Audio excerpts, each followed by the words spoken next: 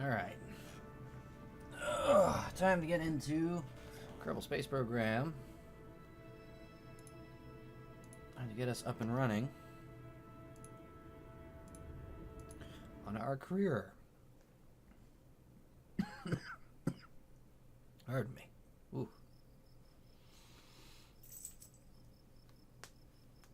Alright.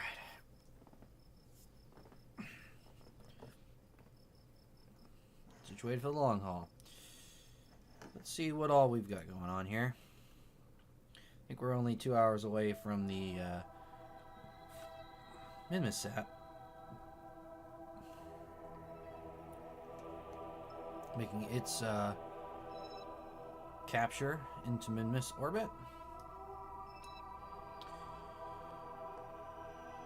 What is Untitled Craft? What is this guy?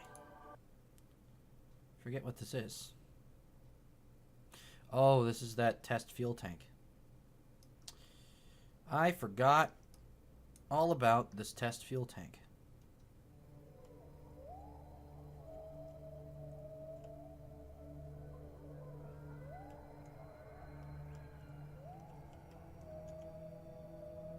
We're supposed to be attempting to rendezvous with the station, which is currently on the opposite side of the planet.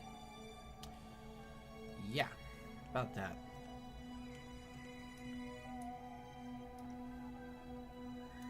Alright, well, we've got a random refueling tank here. I was wondering what that was.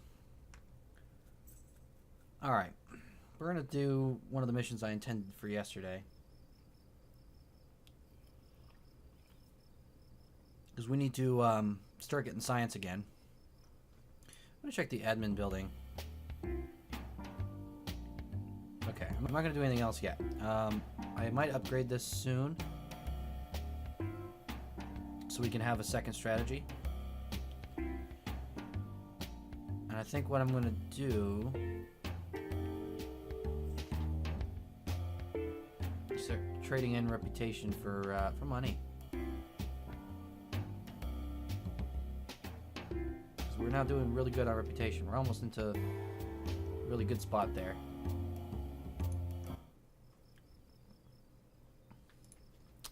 Could upgrade the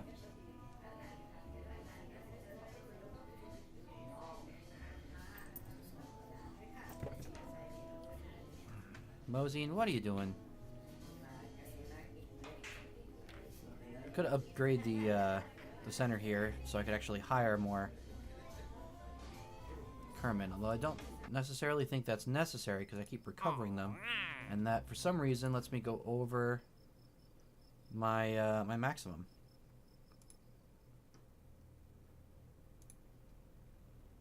Because I really need to get this guy. I need to get this grabbing unit. That's huge. That's big. I need it. I want it. Big tanks can come later. We need that. We don't have a substitute for that. It's kind of cool. S3 size tanks are not that far away.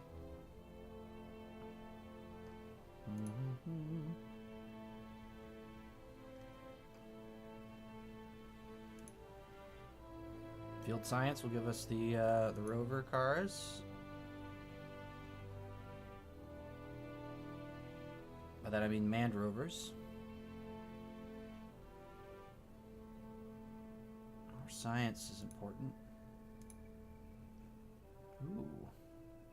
Seismic accelerometer is going to be important.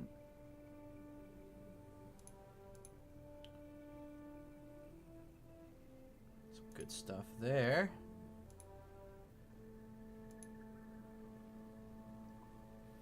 Xenon fuel for satellites. Convertitrons. Yeah, this is probably going to be the path I take.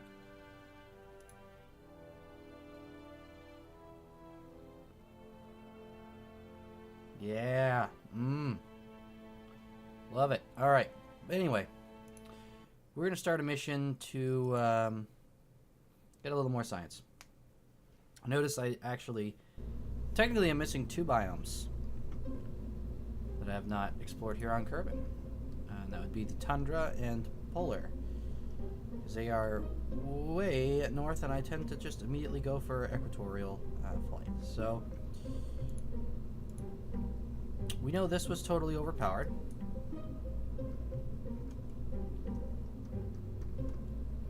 This is actually the modified. This is the saved version.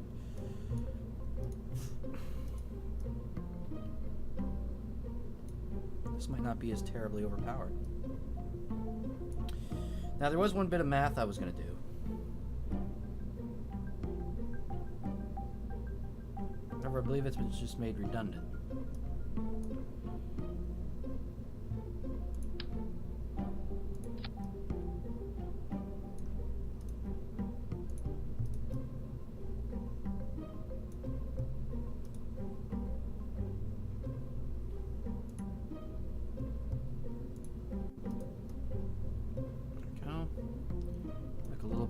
I realized after the fact, when I looked this up later, that this is basically a Titan 3D.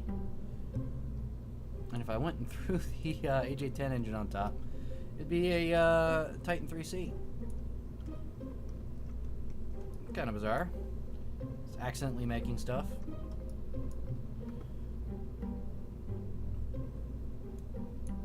Let's put all this together. Separators. I don't necessarily need the parachutes because those were shredding themselves anyway. Not stage this since we have the extra openings there to allow that anyway. Then I'll be firing the Cheetah engine.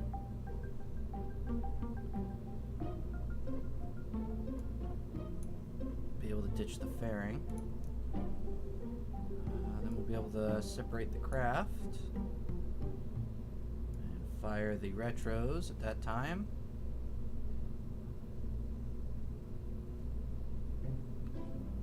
And we'll be able to activate our engines for the main craft at that point. And then we'll be able to separate the pod itself, fire the drogues, fire the main. So, I'm going to just trust this enough. Go ahead and put a crew on it. I'm not going to send 3 members up. Send just 2, and we'll eventually get to why. But I think we are pretty much good to launch.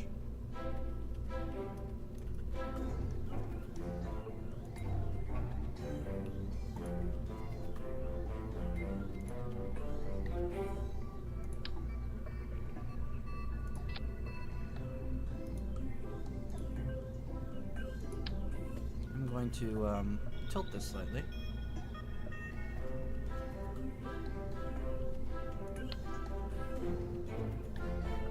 Close these doors again.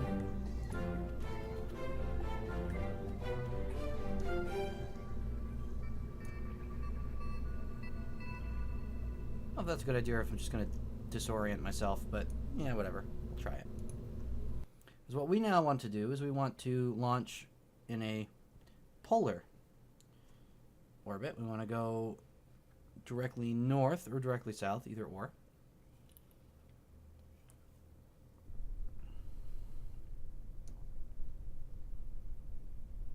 Good, I did orient this correctly. No RCS. And where are my crew?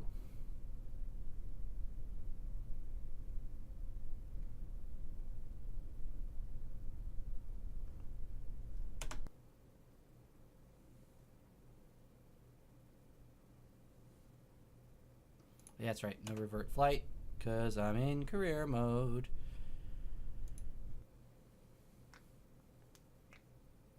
Let's see why I don't have any crew in there. But what I'm going to do, I'm going to launch this up with 2 crew. Try that again. Into the polar orbit. So we have a pilot and we have a scientist to jump out and do some EVA.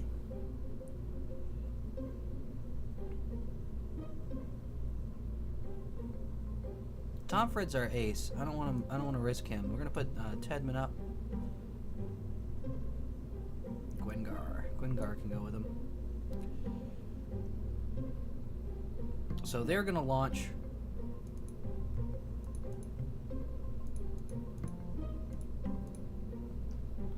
Do a polar orbit, as I said. They're gonna have an empty seat, and the reason why they're going to do all this EVA science as much. Actually, we're do something kind of smart here before I do something stupid. Orbit. Put some more science in there. So I forgot about this whole doing science thing.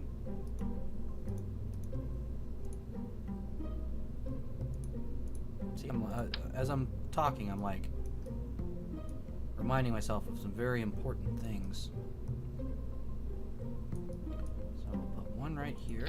Put one right here. They're going to be in the fairing anyway. Anyway, as I was saying, we're going to launch them up. We're going to take as much repetitive science as possible heading over the poles. And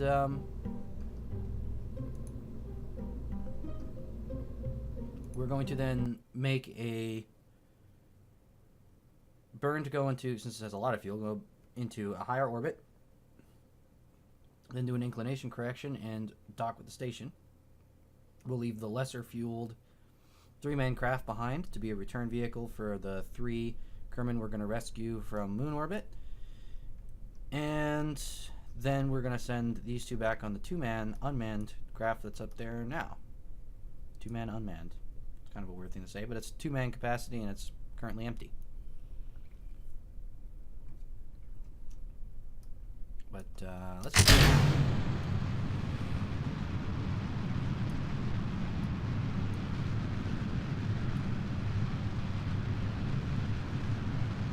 Throttle main engine down a little bit.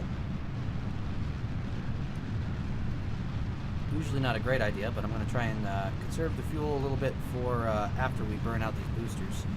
These boosters are quite strong compared to the ones we're used to using.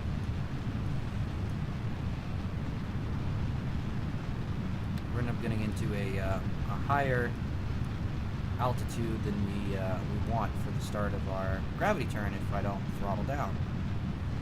Which, even still, we're getting a little close here. Alright, so we want to start turning north. I'm going to go to full throttle.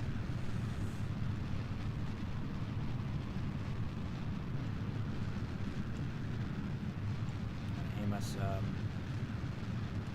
45-degree pitch. Fighting the control here.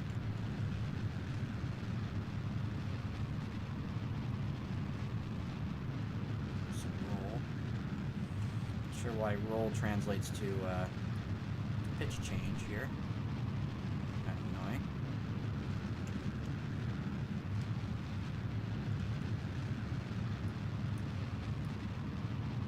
Okay, there's stage cutoff.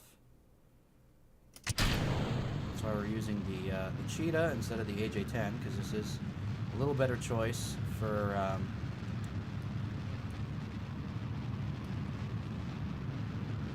the upper atmosphere as opposed to the AJ-10, which is strictly really a vacuum engine. You really only want to use that one in total vacuum. See, we do have a higher apogee than I expected. I want this to be a low orbit. Actually going to aim down a little bit when we do this.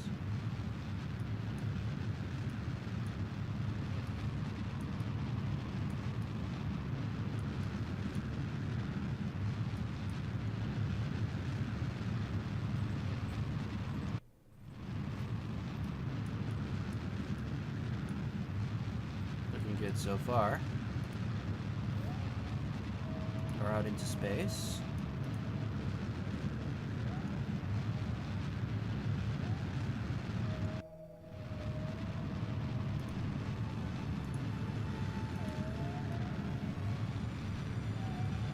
Solar panels.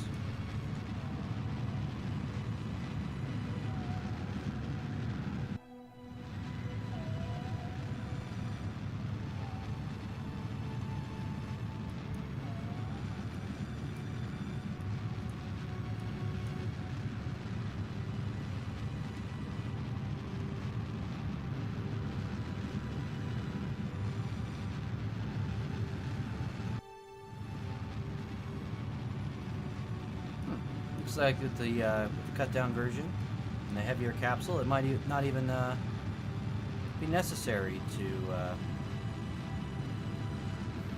have these retro fires. Granted, we are greatly benefiting right now from, or we're being greatly punished, I should say, right now, as opposed to normal. Because we are not heading prograde, we're heading polar.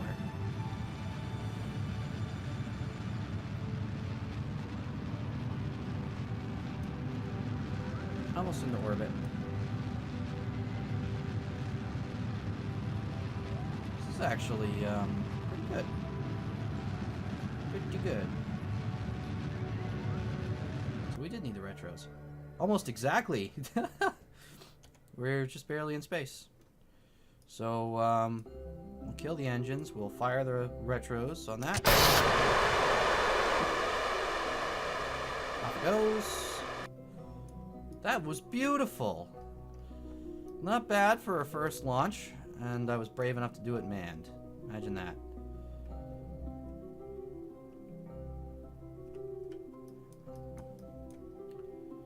Alright, now, what we want to do...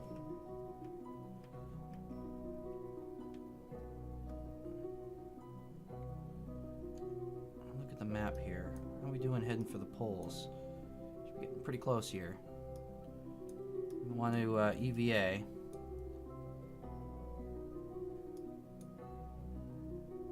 That perigee will bring our apogee down probably a little bit. Just to make sure we're nice and close in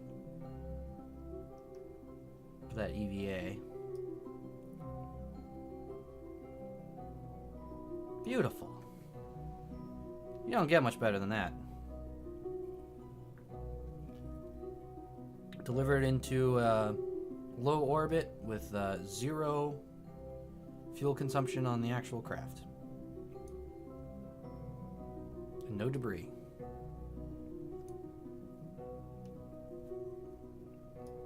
So as I said, these guys are going to be collecting science. We're going to see if we can do anything up here at the poles.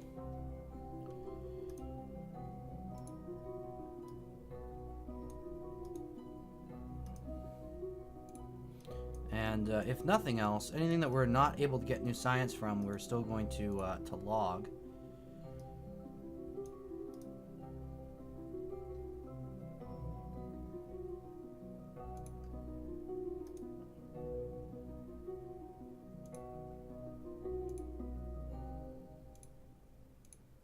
We're going to do that so we can bring more data to the station for analysis.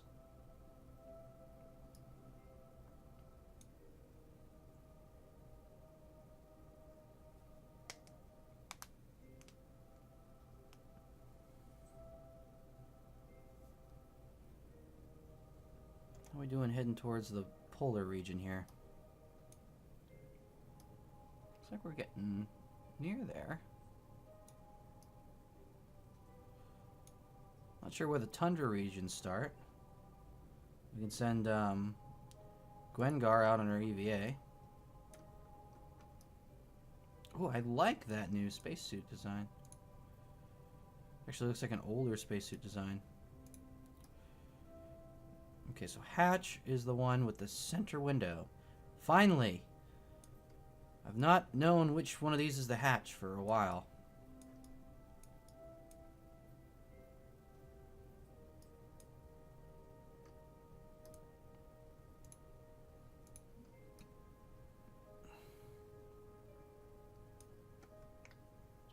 So we're going to get and transmit the new science.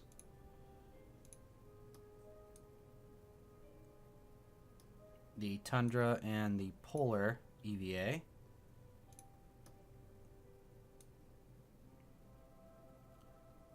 Then we're going to collect a little of everything, as much as we can, for bringing up to the station.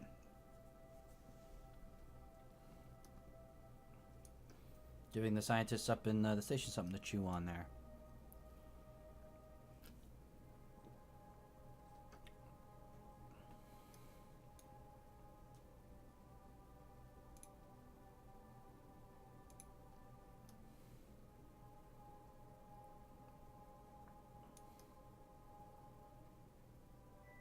Real trailblazing here. Real trailblazing journey.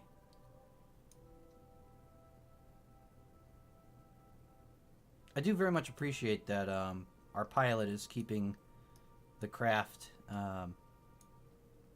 aiming pro grade. It's kind of a cool feature.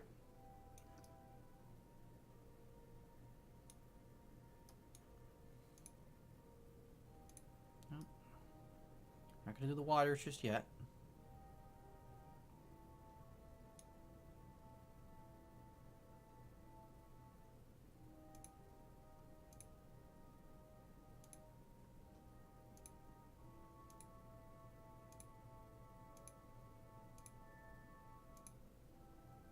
There we go.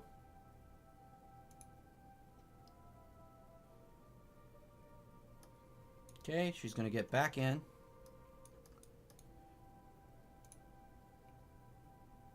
Send off that, uh-oh.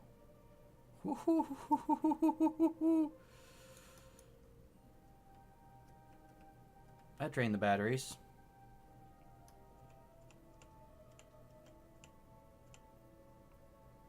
And we are quickly making that back. That's much better. Make sure we're aiming at the sun next time we do that. Alright.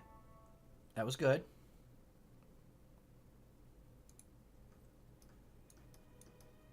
Now we need to wait for what will likely be tundra. I think this zone, possibly these zones, that might be tundra instead of the ice caps.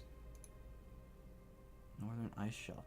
Ooh, northern ice shelf. That means there's probably a southern ice shelf.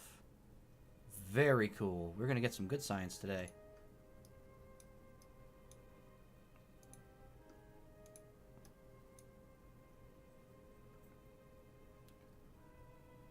Let me see. Why is Dude I Called You Bro your name? It's kind of weird. Your Kerman seems so happy. Dude I Called You Bro. Oh, there we go. Ice caps. Nice. It comes way back to a joke with a coworker. That's all. And oddly, we've kept that as our channel name for a long time. Alright, so there we go. Oop, I didn't listen to myself about aiming towards the sun. Gonna do that again. Very good. Get Gwengar back out on EVA.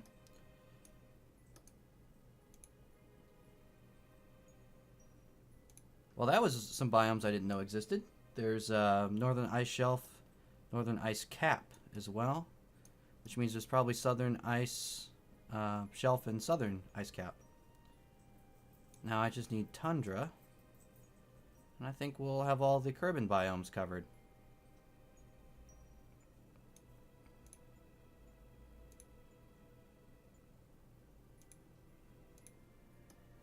But yeah, for a while at our work, we're making fun of a coworker.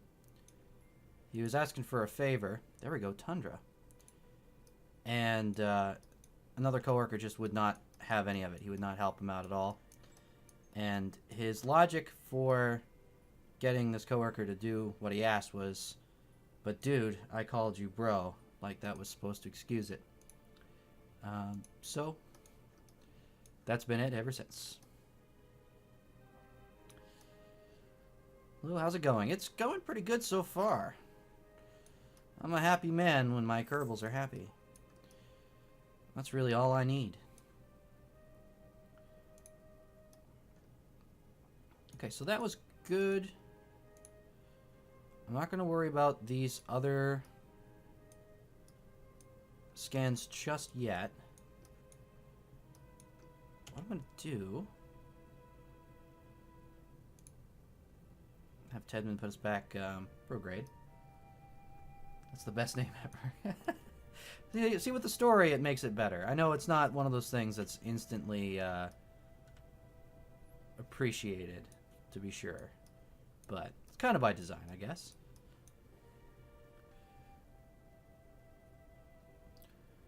Is docking on this a pain? Oh, actually, this is currently launched this way. I launched it as a 7-ton launch vehicle.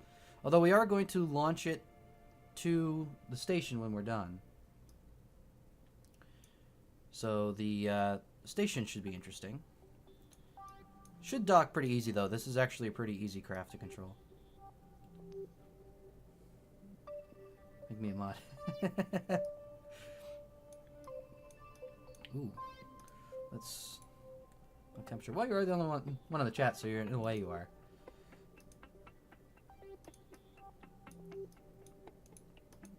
I tend not to have a lot of followers, but that's good. It's all good. I just want to make my Kerbals happy. Let me see. So, temperature scans, yeah, I'm probably just going to go ahead and just do these. And recover them on an EVA. Later. Because I've already done all these. But why I really want them is to process data at the station. So. Let's go ahead, let's time warp, because I know I've got all these biomes. Time warp till we're near the shelf.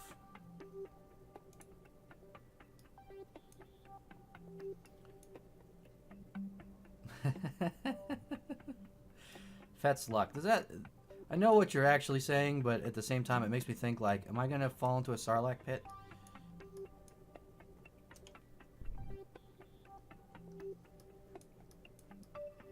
Is the Kerbal Kraken a Sarlacc? There's a thought for you.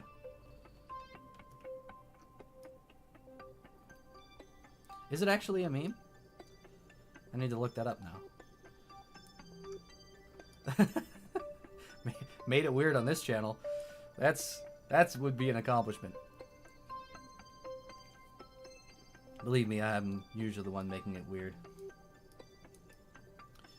Ooh, okay. We're coming near the southern shelf here.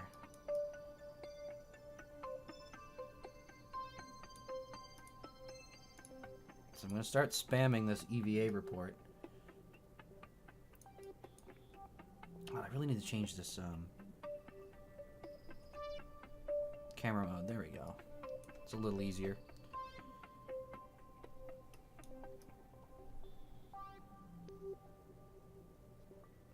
Gwencar's getting us some good science today.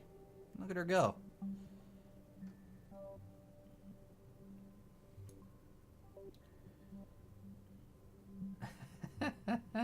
I'm totally gonna Google those later. That's probably gonna make me very entertained.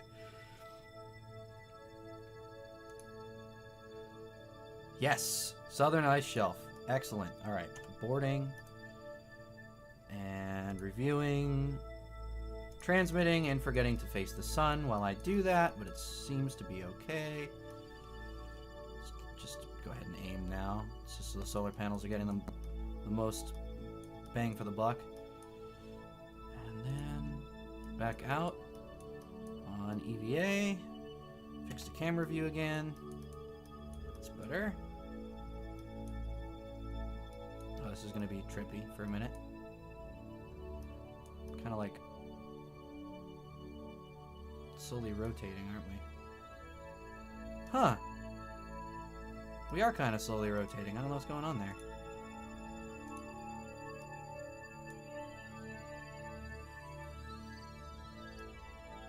Ah, press let go? I could. She's actually got an RCS pack. Might help with the nausea a little bit as well, actually. Let her have some fun.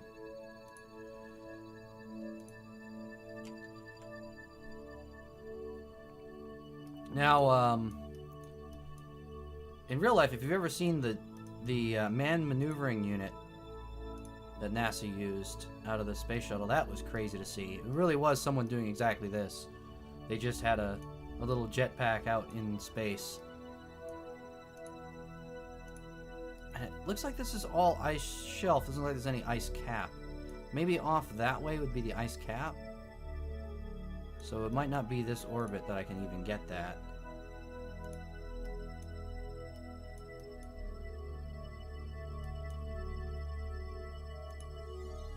I was really hoping I'd get that one.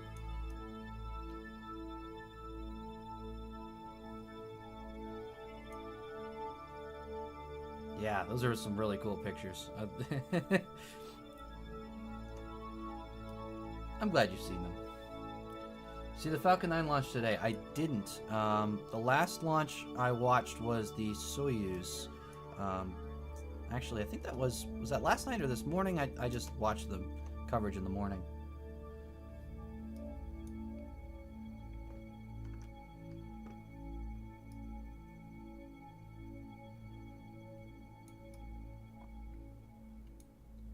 I'm bad luck for Falcon 9 launches. I'm actually not allowing myself to ever watch them live. Because the first one I launched was the first one that exploded. I was like, oh, I'm going to actually go out and watch a Falcon 9 launch. Boom. Whoops.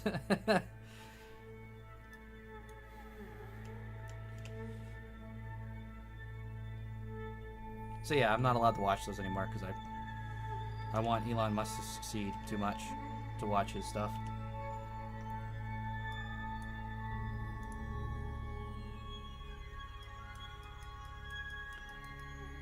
Alright, well that was pretty good for one pass.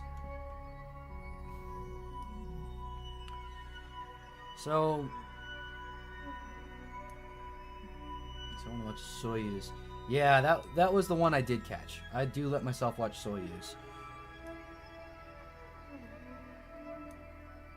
Plus, there's just so many of them. God bless the Russians. They know how to do one thing, and that's mass-produce rockets. And make vodka. Two things.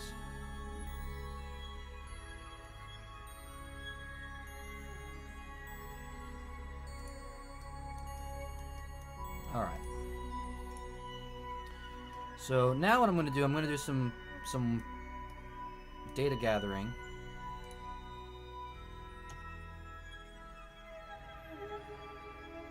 For our return to the station, or our first docking with the station with this craft anyway.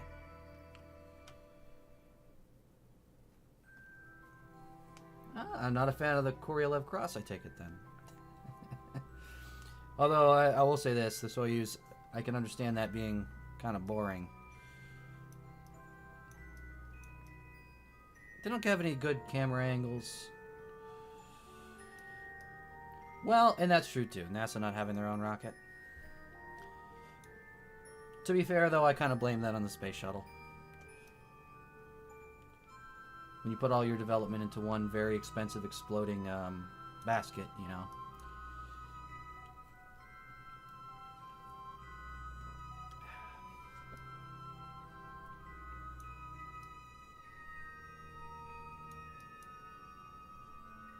Alright, I'm not going to come over any other land masses for a while here, it looks like.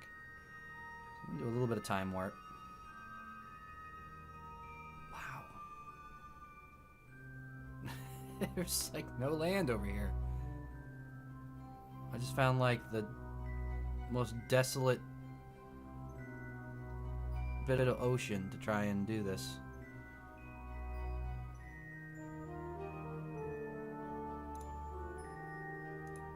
Okay, let's aim back prograde.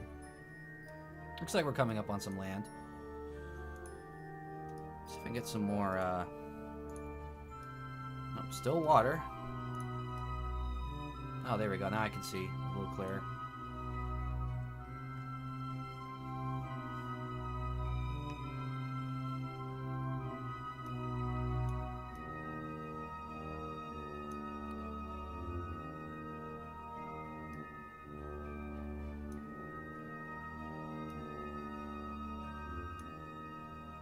I want to see how many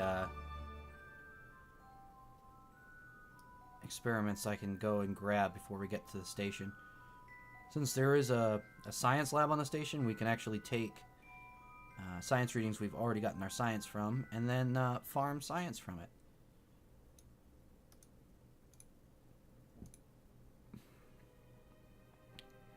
I think I'm going to get the shores reading pretty soon here. Yep, there we go. Keep that. Board again. EVA again.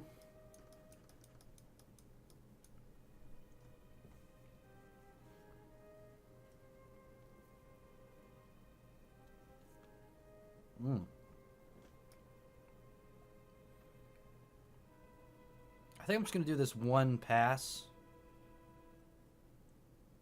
And then start figuring out a inclination correction maneuver to get us brought over to the station.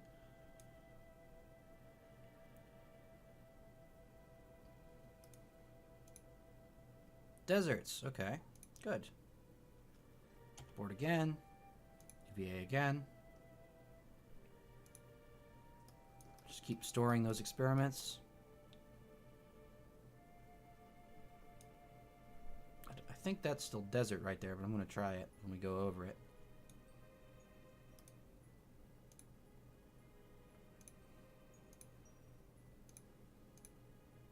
Highlands. Okay, we did get another one there.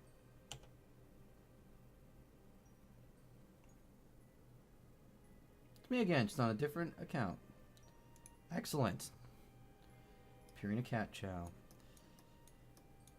My cats are Purina cats. When they're not eating furniture.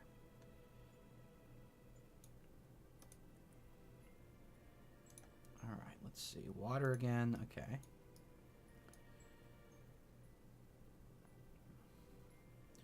That might actually make me happy there. I might just go with that. See how we would do for a correction maneuver. We'll set the Jebediah Kerman Memorial Station as target. All kinds of disoriented. Ooh, our timing might actually come out really good. If we do this right at the descending node.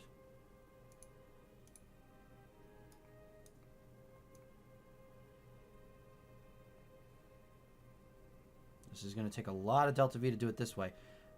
Most likely the intelligent thing to do is going to be to actually raise orbit and then do it.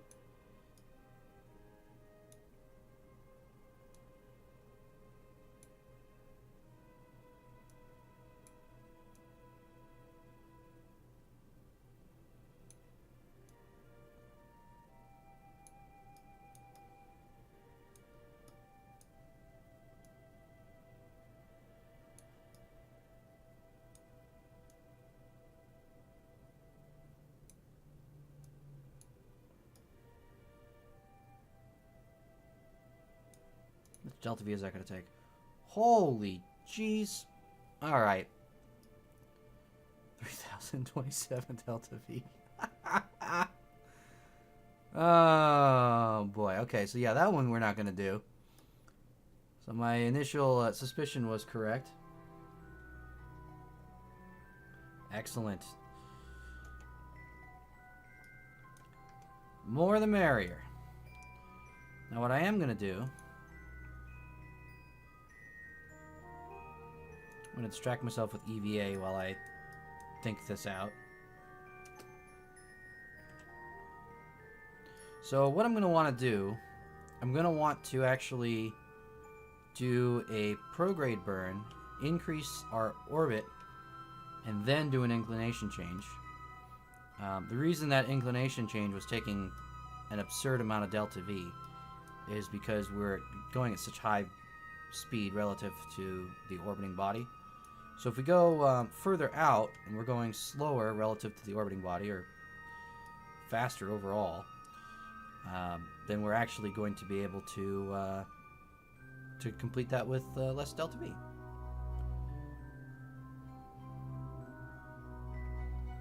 Because science. Mostly maths.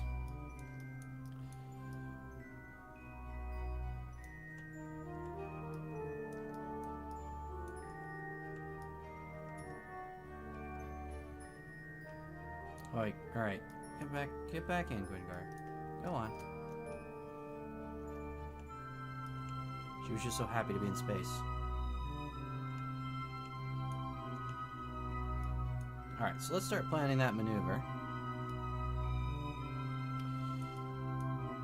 Realistically, I'm going to want to do that at perigee, since we already have a nice high apogee. Just slide this a little bit so it's done on the same orbital plane as the station. We're going to do a prograde.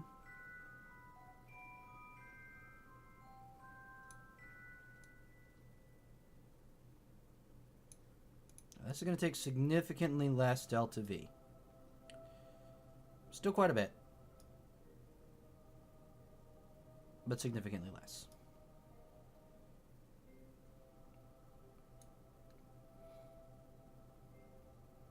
A million meters might be overkill. Are apopsis and periapsis even? They were close to even. Aloha!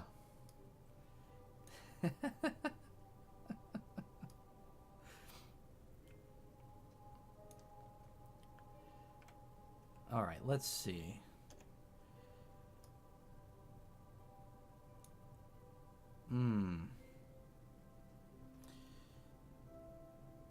This can be a little tricky.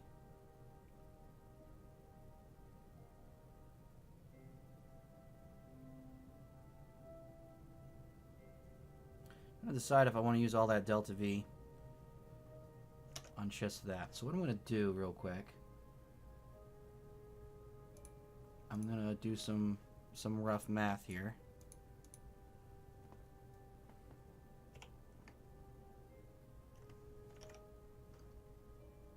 Don't mind the math. How many fuel units do we have here? That's 200. That's 160. So 360.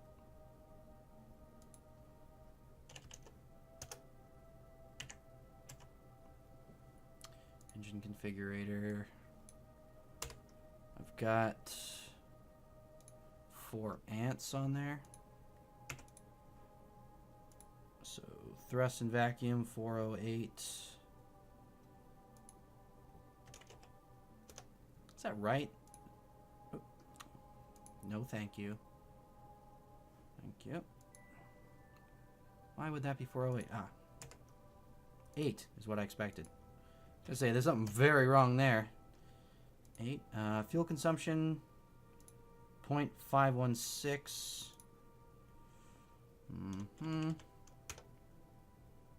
Fuel mass at stage start. It should be times 5. Or 0.005 actually. So 1.8 tons of fuel. And this should be more close to 6 tons. Total delta V 1105. What do I think of the console version of the game? I actually haven't tried it. I used to be a console gamer, and I have since more or less given it up. Right around the time I spent way too much money on having about 7 computers all working in tandem. Let's see. Northern Ice Shelf again. Okay, that's fine. Get back in. So this maneuver would be close to half our delta V. Almost, actually closer to a third, really, to be fair. I'm going to try and tone it down a little bit, though.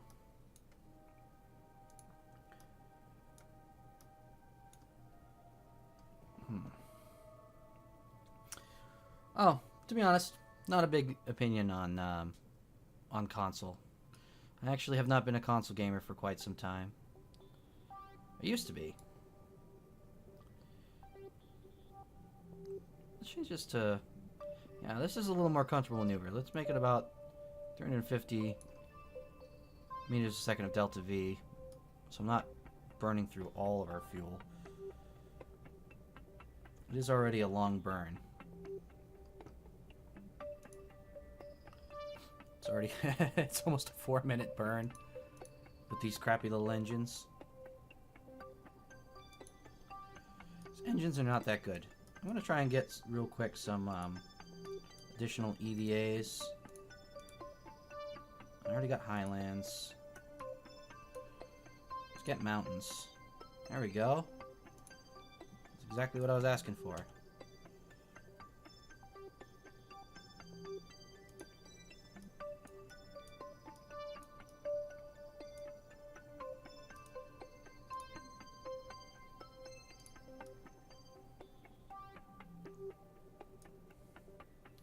version I should be getting. Still, I think it's, honestly, from what I've seen, it's a pretty dead clone. So, I mean, it's not a big deal to be on console as opposed to PC from what I can tell.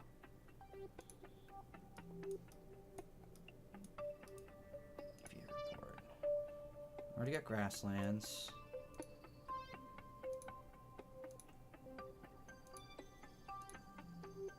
About to hit shores again. Yep, so we're gonna get there. So we'll get back in, we'll start planning for this maneuver.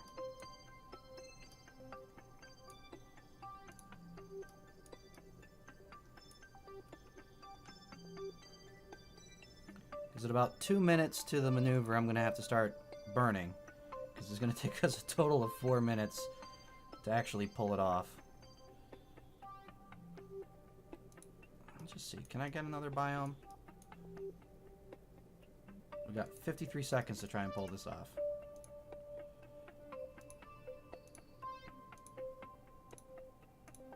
All grasslands. We've already done grasslands. No lowlands. Highlands we already have. Alright, get back in.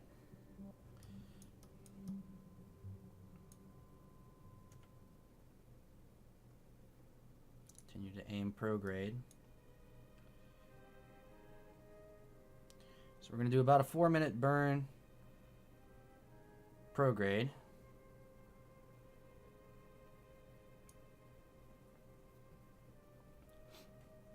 Never understood the logic behind how that works. That it's more fuel efficient to raise your orbit and then do an inclination change and then lower your orbit again. I feel like that's loud. Is that loud?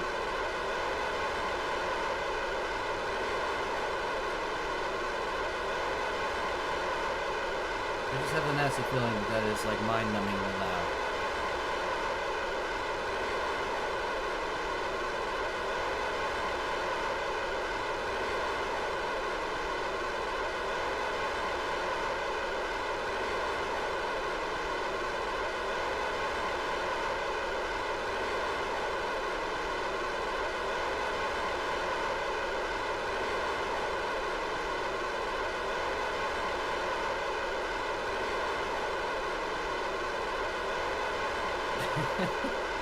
It's the only thing about these engines, they're just so weak. They're cheap though. God, are they cheap.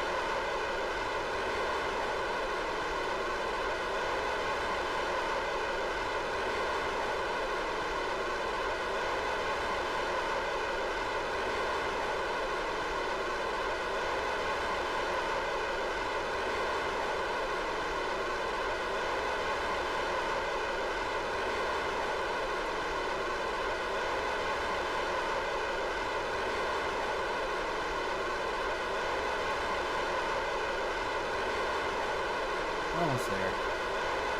I have to keep telling myself that because this is a very painfully long burn.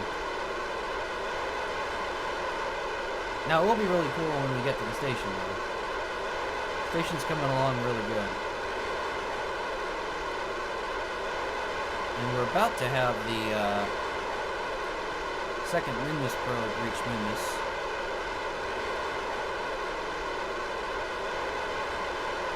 Yeah, I figured it'd be loud. There we go. That should be a little better. Oh, can I drop my chat? That's better.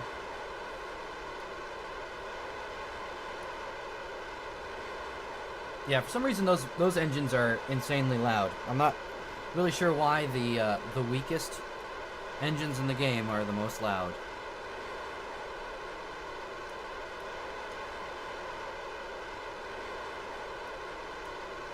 Yeah, it should be pretty interesting when we get to the station.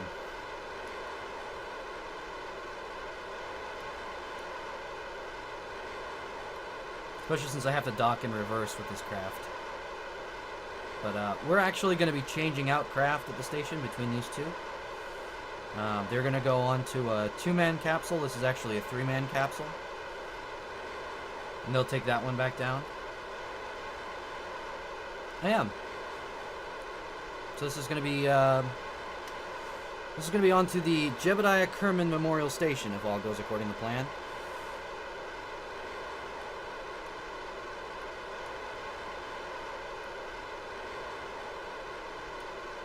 And we've got 9 crew and several other of these craft docked and waiting for us, as well as the transfer ship to the moon station.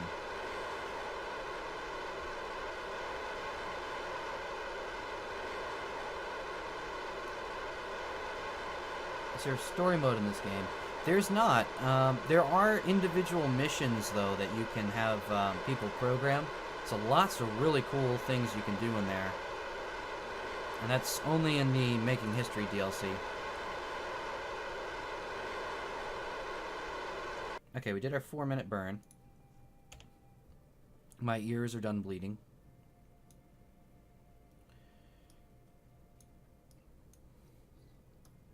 Now, I'm going to try and figure out what we can do for an inclination correction for the station. This would be ascending node, so we'd have to be descending. Just want to see how much delta V it would take at this point to do that.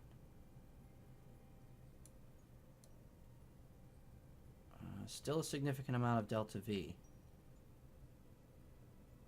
Yeah, that would just take way too much delta V. So what we'll have to do then,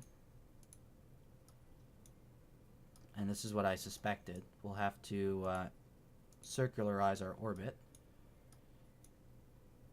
which is why I didn't want to go too crazy.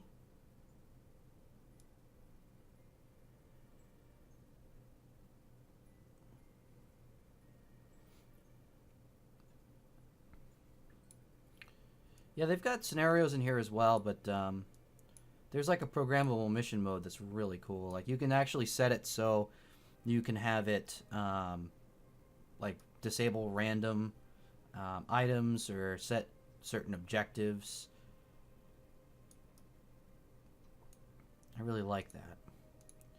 Okay, so now at this point, this would be our descending node. Now we want to try and do... Now it's not going to tell us how much it's going to take, is it? That's frustrating. Well, let's do this. I know that a inclination change will inevitably raise our periaps as part of this. I'm going to set a node to check our periaps.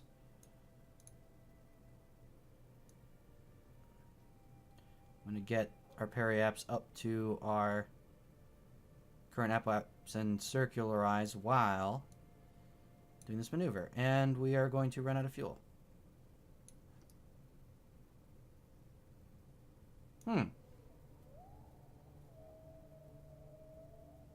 I really thought we had more Delta V available on this craft to be able to do inclination changes. Or maybe I'm just not doing something intelligently here. Well,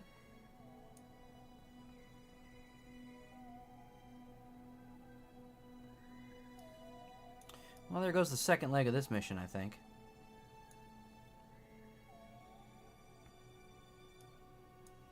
I think probably best bet.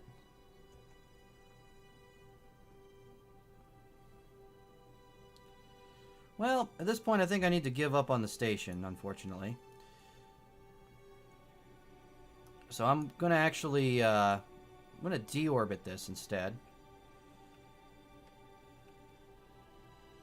I'm going to try and land it on one of the poles. So at least I get more science out of it immediately. And I'll send a second craft up to the station. If I send a craft up to the station as a direct path, it will be lightning fast. So, just going to take too long for us to have to fight this one.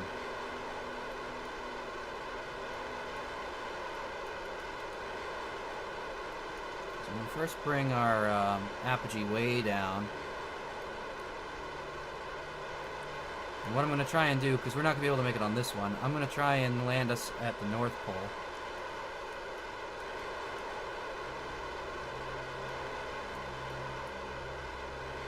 So we can get surface samples, temperature scan, all that kind of jazz.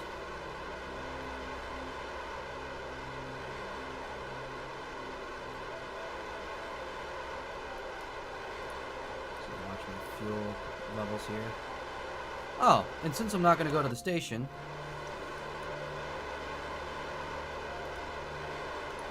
actuation toggles, forward by throttle off, forward by throttle off, thrust limiter at full, thrust limiter at full, RCS. There we go. Have RCS help us a little bit.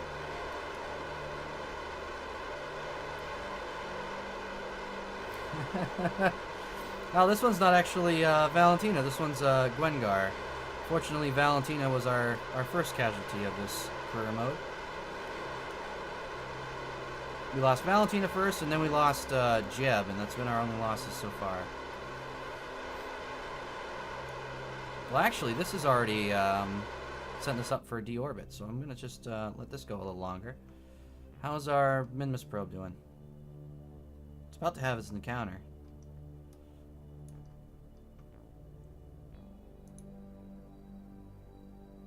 So I'm going to let this come around. I'm going to see how we do. When I see this line go away, I'll know our Minmus probe has dropped into Minmus' sphere of influence.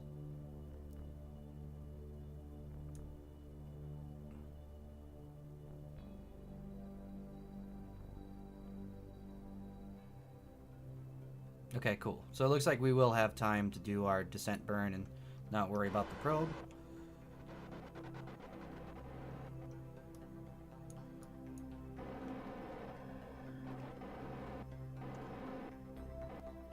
So we are how far away from when we start hitting the atmosphere? 4 minutes away. Let's time warp a little further. Which orbit is yours? That's actually this one right here, this polar orbit. So that was what was making that so difficult for us. I can turn off some of the junk too, make it easier to see.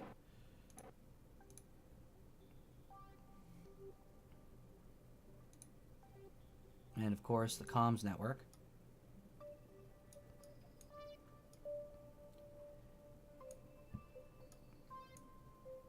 So now we're going to start descending rather rapidly, which we would like to not do.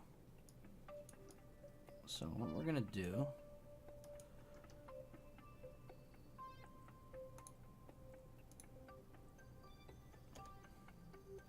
probably got about 2 minutes worth of burn time.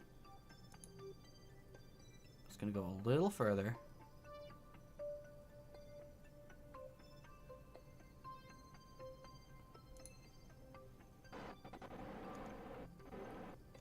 And then we're going to start going full throttle.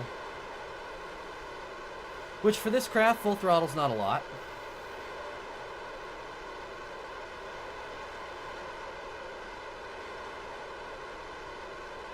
Just because this craft doesn't have a very good ablator. We don't want to go too crazy with our speed entering the atmosphere.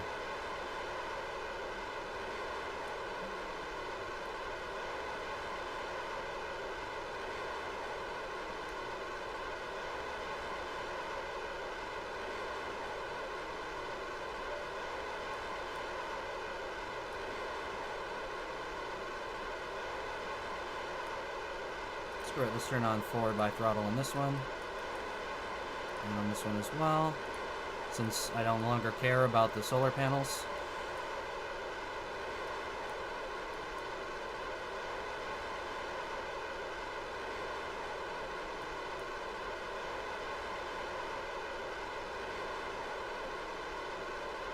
slow us down to relatively normal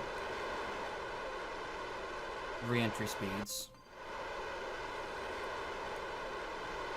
And what I want to try and do is at the very top of the atmosphere, see if I can get some temperature scans that actually count as being over the poles.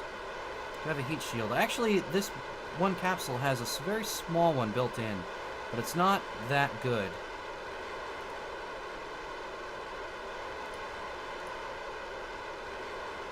It's just going to be from upper atmosphere.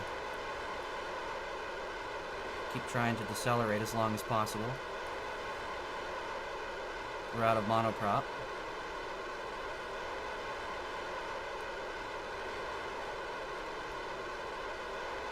As long as possible, I'm going to keep these engines going. We're gonna lose our solar panels pretty soon here, and that's fine. Not worried about the solar panels.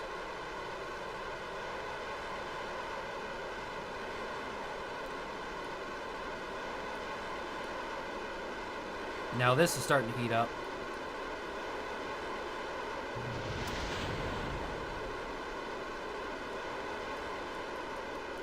So we ditched that at the last minute.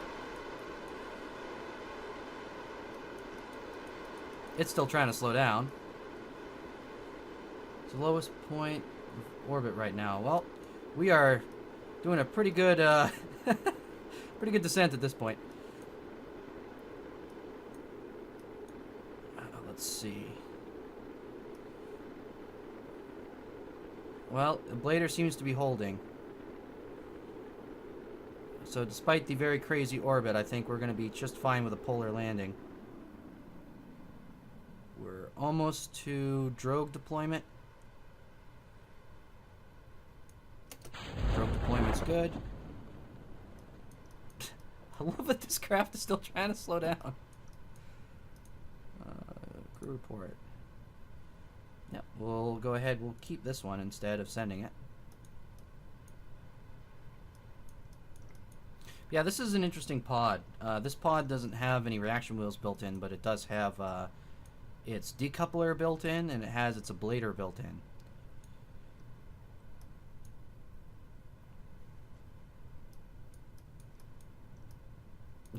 Some of those engines still going. Well, I thought the craft was going to burn up a little more, so I guess that proves that it wouldn't. Do you have to worry about the Van Allen belts? Thankfully, no. Thankfully, no. That would be actually kind of cool.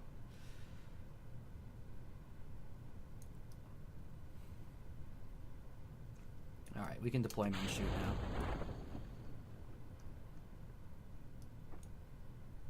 Drogue should go to full deployment shortly.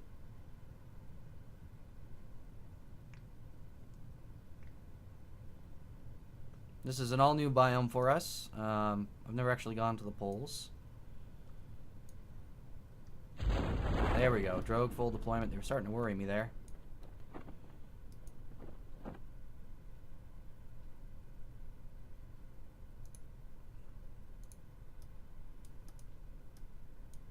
Main full deployment should be coming up.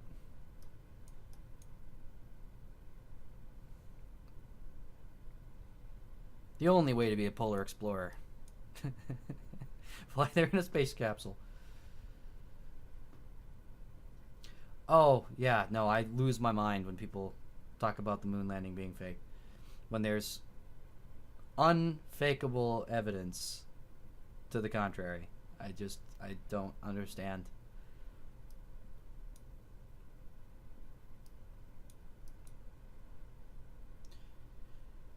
It's one of those, like, the absence of evidence is not the evidence of absence kind of things. People need to, like, learn how to think.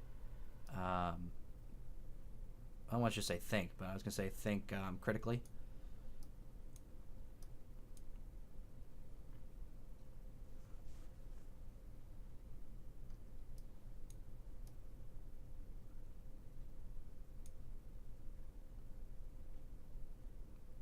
It might actually make me more upset than flat earthers.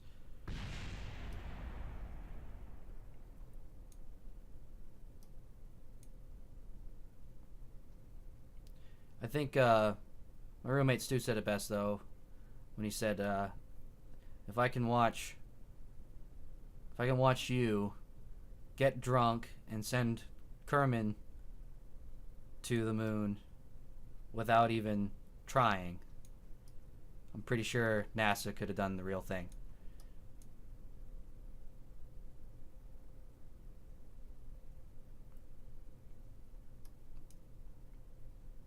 I like his logic.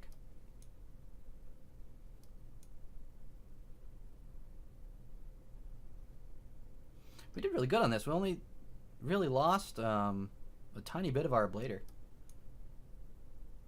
I just cannot tell how close we are to the ground.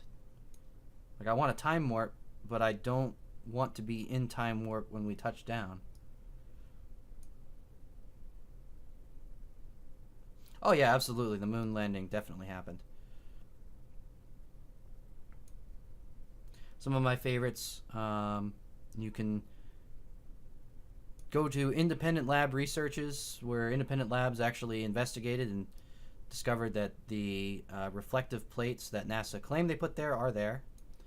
That you can bounce a laser off of it and measure the distance to the moon off of those reflectors. That one's actually really cool.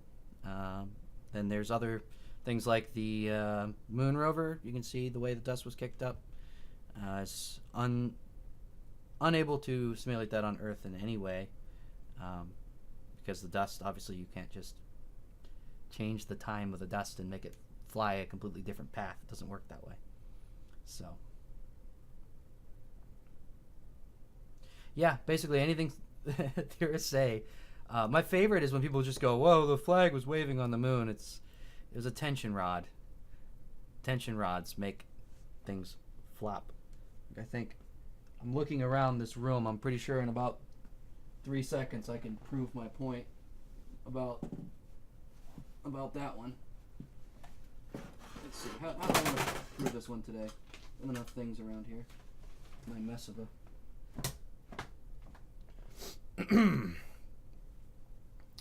This is a rag.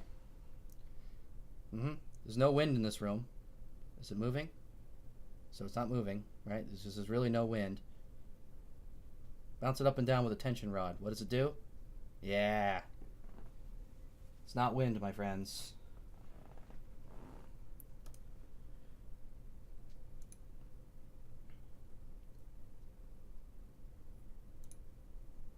Alright, now we're going to take that experiment. Well, at least we got polar explorers out of this whole deal. Take a surface sample.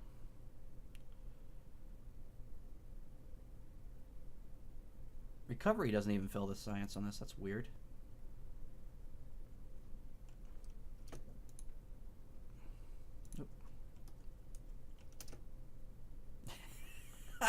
Guengar just derps onto the ground. There we go. Exactly. No air friction means that it'll wave for longer. It's exactly right.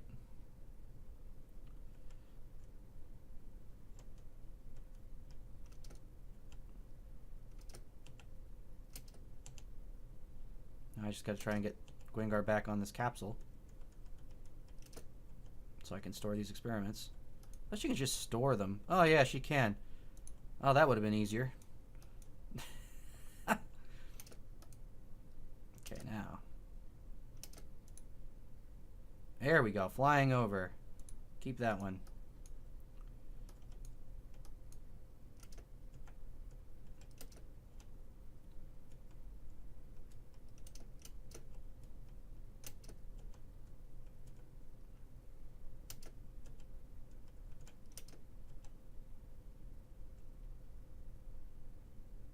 Okay. So what we're going to do, we're going to take data, then store experiments. I don't think I'm going to be able to get her back in the module. Oh! Had it. Had it for a second. Yes! Okay. Now we can do another crew report. Keep that one. And now we'll recover the vessel. And we'll probably get no money for recovering this capsule, but that's fine. We've got plenty of funds. I'm more worried about science at the moment.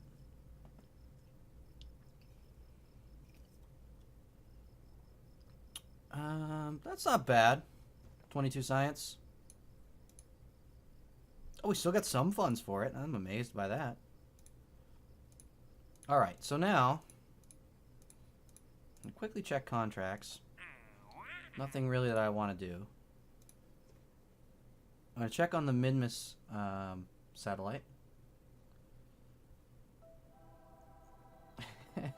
They're 30 and you're only 13. Yeah, no, I really don't understand how people make sense of that in their brains.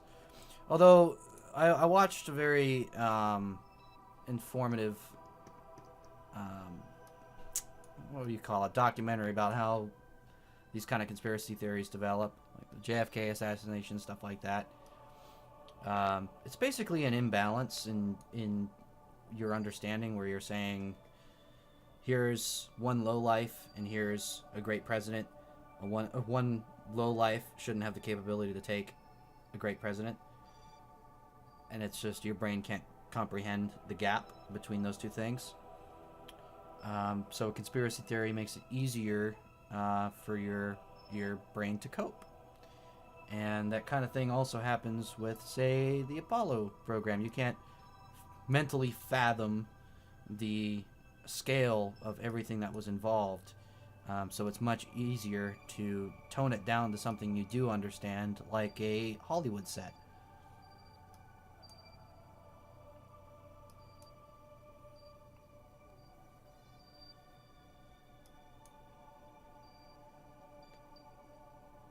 Alright, I thought this was going to be a lot quicker. How long do we have until perigee here? Perigee is still in 49 minutes. It's actually not too bad. Okay. I just wasn't time warping as fast as I thought I was.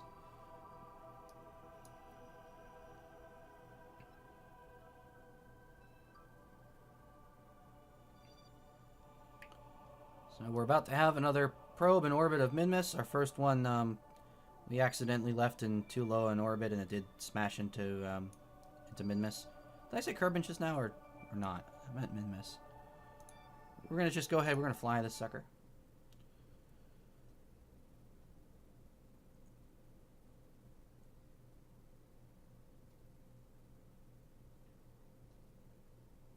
I think I might have seen that documentary. Yep. Punched him right in the face. Guy deserved it too.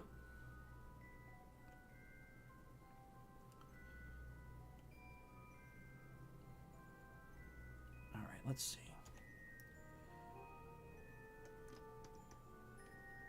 We're almost to perigee.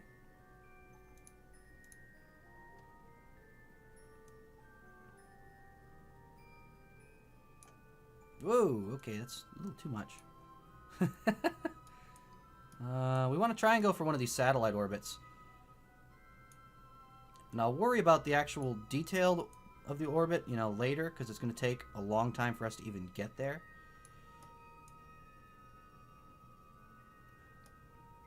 I just want to do this one burn so we don't miss our window.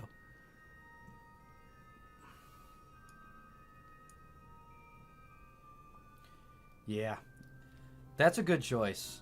If you ever got to meet anyone, it'd be Buzz Aldrin for famous people. I would say that would be way up there for me.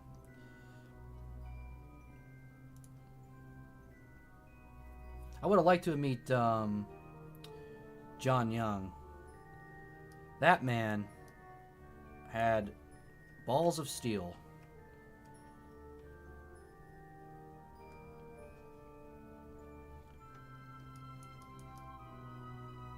I would have to say Neil definitely too would be way up there. But still for me, John Young has got to be just craziest SOB. He did he did I think the first flight for the Gemini, or one of the early ones anyway. He did Apollo 8. He did do an Apollo landing, and I forget which mission. He's the first man to fly the shuttle. No, John Young. Look up John Young. He's a crazy man.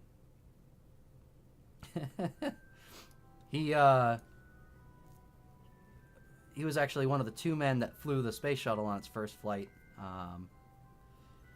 And at the time, they could not do an unmanned flight of the shuttle, so he just had to hope that everyone did their job and designed something that worked and just said, screw it, let's go. That man was just crazy.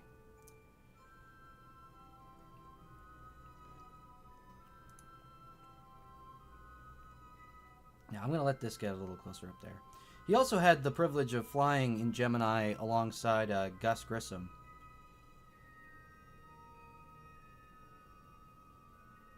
Gus Grissom was the commander on his Gemini flight.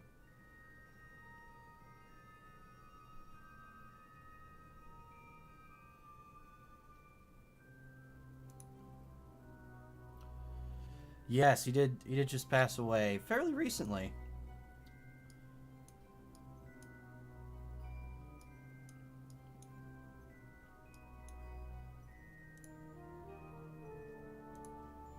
Okay, here we go. Here's going to be our descent burn. Wow, how on earth? We have so much fuel in this little stage, this translunar stage. Alright, well, it's going to be 5 days till we get to Periaps, so I'm not going to worry about that for the moment. This is just going to be a satellite anyway. Nothing too exciting. But we will go back to the Space Center. Oh, yeah, I saw that too. Part of those people that think that the Apollo 1 fire was intentional.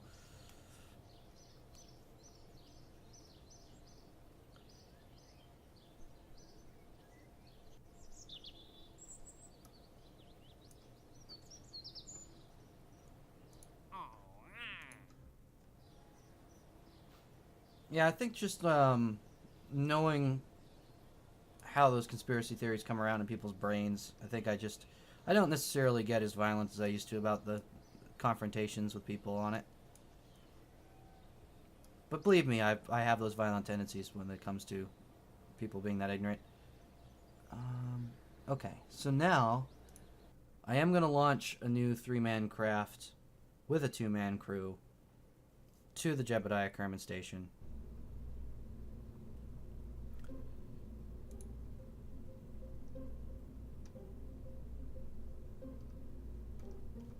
And this time we're going to go for a direct shot.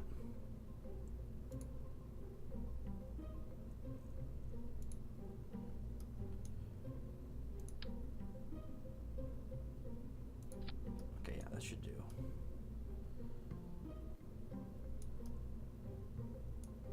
Just got to fix our staging. I don't know why that breaks every time.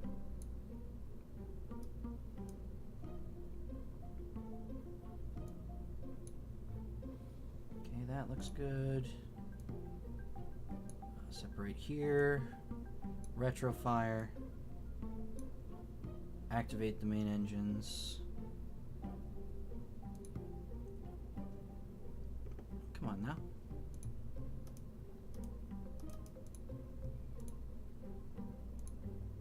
There we go. Okay. We want that to then separate. We want this to be down here. Down here, actually. Pardon me. I need to pick out a crew.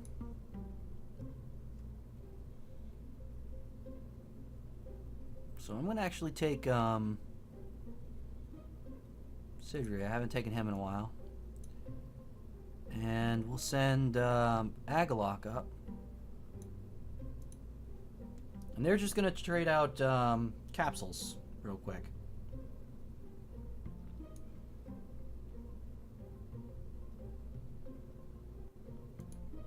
So the whole point of this will just be to bring a 3-man capsule up to the station for the return of 3 Kerman we're going to save from moon orbit. Build an SLS model. Haven't unlocked enough parts for that yet, but definitely I'm considering something along those lines. It's kind of a generic-y type design, though, to be honest. I think their real innovation was reusing the parts they had. Actually, not as easy as people think. Usually everything has to be designed from scratch for each rocket. So now the important thing on this one is I'm going to make sure we launch in a proper window to actually get to the station. Ooh, and our fuel transfer craft is getting kind of close as well. I might actually have to switch to this real quick and leave that on the launch pad.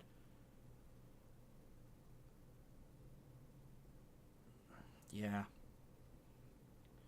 This little fuel tanker, as tiny as this is, it was basically a payload test for that rocket we were planning to use now.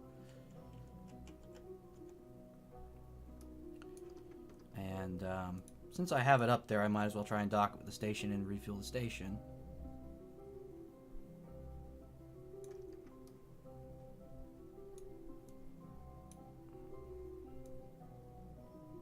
Well, not as good a window as I thought.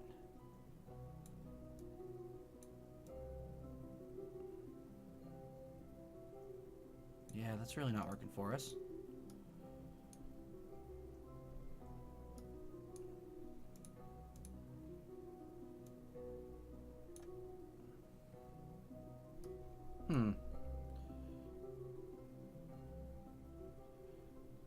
It's going to be reused, or is it going to be like sacrificed to keep rebuilding it? They're actually going to have to keep rebuilding. So it'll be, basically the solid rocket boosters will be reused, kind of like the space shuttle. But everything else will be trashed. But that's actually pretty much, people don't realize how much refurbishment went into each shuttle after every launch. It actually ended up being more expensive than just throwing everything away.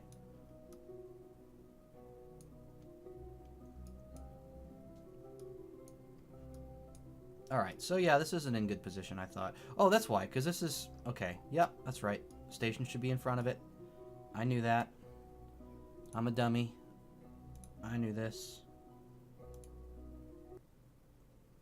I was looking at that backwards.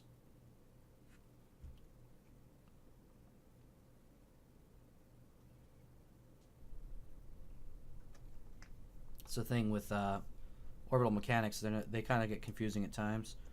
Because you have to speed up to slow down in an orbit, in a manner of speaking. You have to speed up to take longer to orbit a body. And you have to slow down to orbit it faster. It's very counterintuitive. Alright. Now we're going to wait for the station to come around.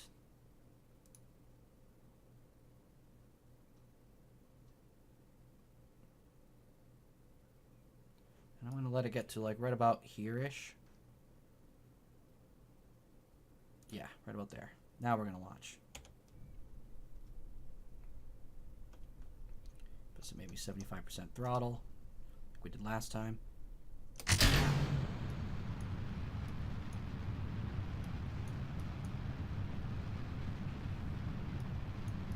Alright, off we go. Same launch vehicles we used for the polar exploration there. Same capsule as well. And I really forget if I planned the abort sequence for this. Should probably do that next time. I don't lose any Kerman. That hurts our career reputation. Okay, we're almost up to 10,000 meters, which is where we want to start our... There we go. Start our turn. This wobbly turn. Which I don't know why it wobbles so much, because it has very little in the ways of stability thrust, or stability fins there. I thought this would have like a much easier time. I might just remove those fins altogether. Just try and make this somewhat controllable in a turn, because it just does not like me right now.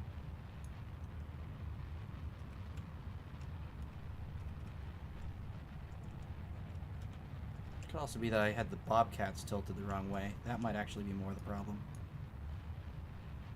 There we go.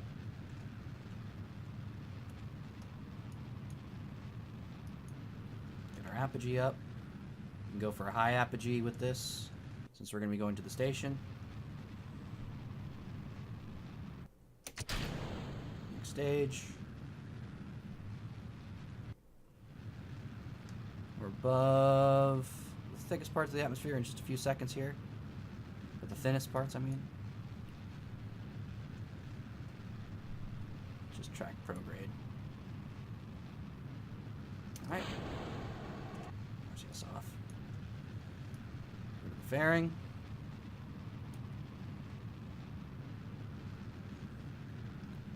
Sense of knowledge of space concerning range. You know, a lot of young. I'm gonna sound old. I almost said youngsters. God, am I gonna sound old? I say a lot of younger folk do not take much of an interest, at least in the technical aspects. But I think that's definitely a good thing. I think more should.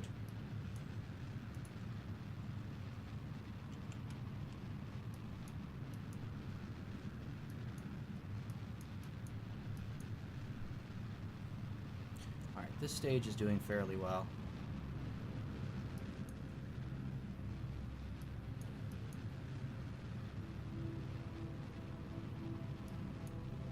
Looking good for a possible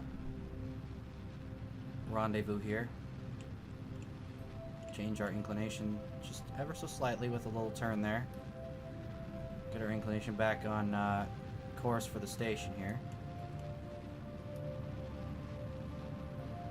Very good. Very good indeed.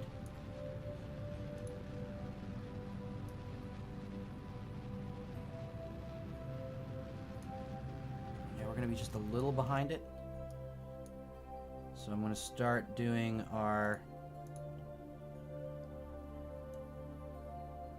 orbital burn here.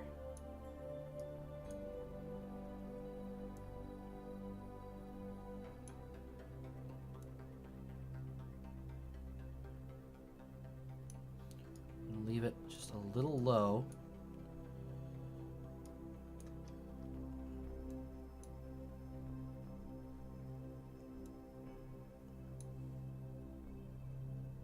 So on the next orbit, we'll be closer. That should do. And we're going to have a 45-second burn. Get these solar panels out so we don't lose power.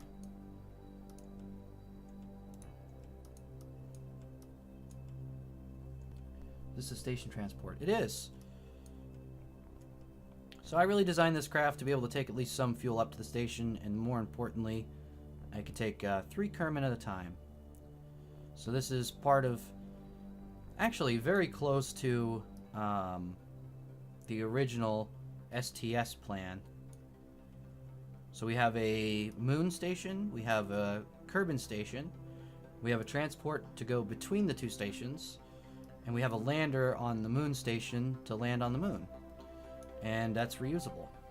So really the only expendable part is launching up to the station. Just at the moment we don't have the parts we need for a shuttle, so we're using capsules.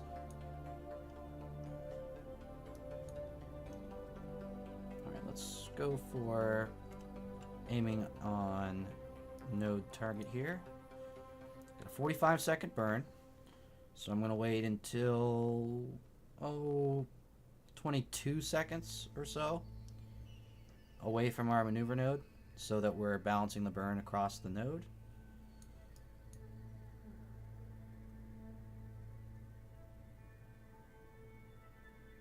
There we go. And this actually seems to be kind of the ideal balanced launcher. I was kind of pleased when I threw this one together. I was using a very underpowered launcher and having to use the craft itself to get into orbit. And that was a cut down version. This seems to be working very well. Looks like it's going to get us just barely into orbit, and then it's going to use these retro rockets to deorbit the booster.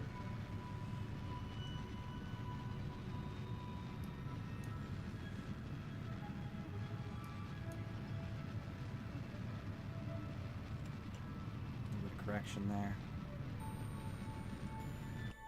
Just a little bit of a correction burn.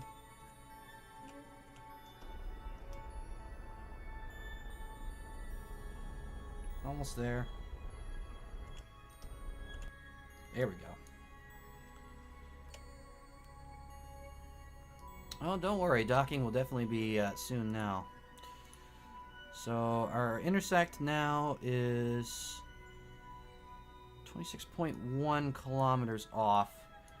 So what we're going to want to do is figure out the timing for us to bring our orbit back up to match.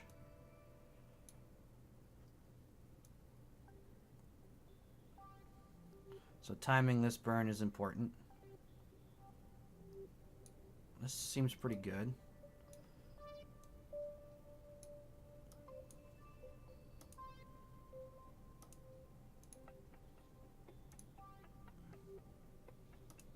I might actually need to do more of a radial adjustment. I'll try a radial adjustment. Yeah, that gets us down to 9.6. A little more. Yeah, that's more like it. 0.1 kilometers if we do that burn. And that actually is we can complete with the stage that we already have attached. We don't have to use the crafts engines for that. I did, but I was more meaning the technical aspects rather than space itself. But I think that's also true. I don't think kids are as excited about space as they used to be. Certainly when I was growing up and we had the space shuttle even, I think there would even be more folks that were interested in space at the time. But as you said earlier, just not having our own launch, our own launches with men on board is discouraging.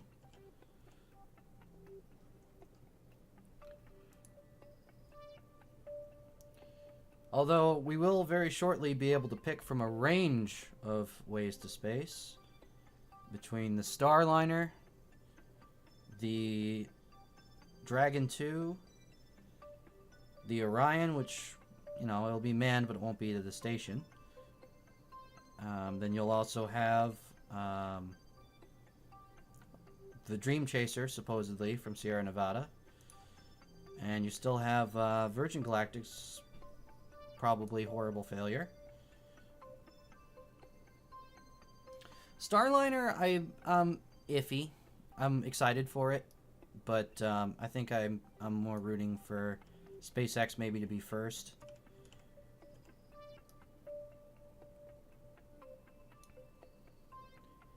It just tickles me to see a a startup.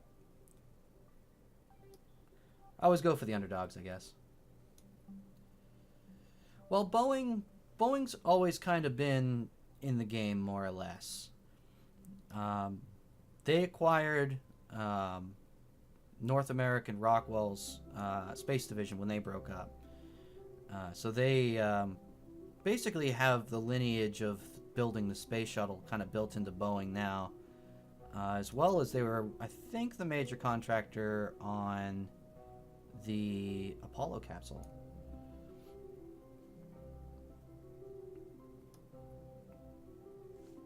Oh, I missed my maneuver there. There we go. They've always been in it. Yes, that's that's actually what I was just saying. They've always been in it as a contractor. They've never been in it as a provider. So that is a little bit of a change for sure. But definitely the big one is when they acquired North American Rockwell, or at least their space division. Rockwell still exists in other forms today.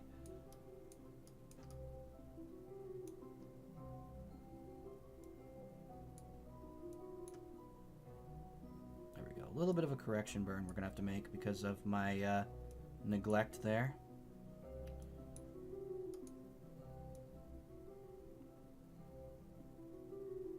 Nope. 0.6 looks like what I'm going to end up with.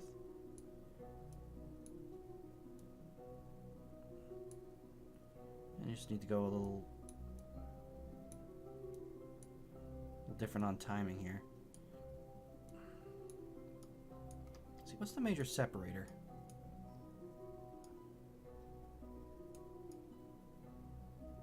It is altitude. I was thinking it would be altitude. So now we need to compensate for the altitude change in our timing.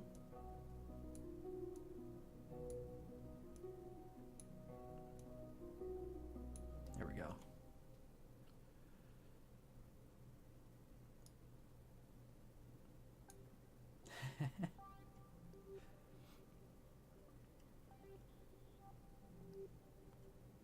Do I have any fuel left in this? I've got like the tiniest amount of fuel left in this stage. And it is still going to be enough to do this next maneuver.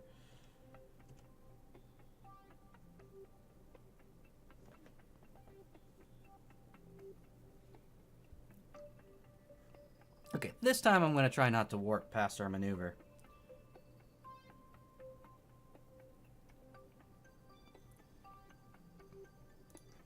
Actually, before we get there, I'm going to just thrust limit us a little bit. A lot of it. A lot of it. There we go. So at least it's a measurable burn. And that was perfectly executed. Beautiful. So we have a 0.2 kilometer intersect, so a 200 meter intersect. So we're going to set a maneuver node there, not do anything with it, just so I know where our closest approach is. We're going to warp a little closer. And as we approach there, we should see, yep, our maneuver node, or maneuver ball, or whatever you call this. My brain just stopped. But our target reticle basically is switched over to target mode from orbital. So now we can aim retrograde to target. We only have 37.1 meters a second to cancel out. So now we just need to do all our burning relative to target. And we are going to probably burn through the very last drop of fuel on this thing. It's probably going to only burn for a split second. And then we're going to have to switch over to this. So I'm going to have to give this a decent amount of time. I'm going to give it probably 10 seconds away from the node to actually start doing this.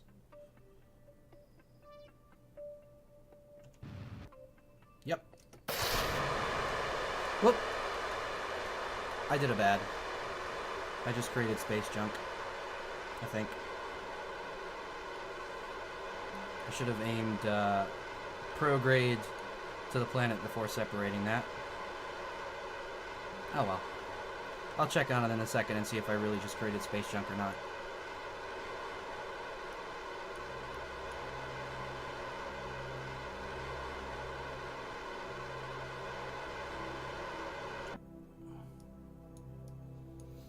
Yes, I did watch the InSight landing. That was impressive.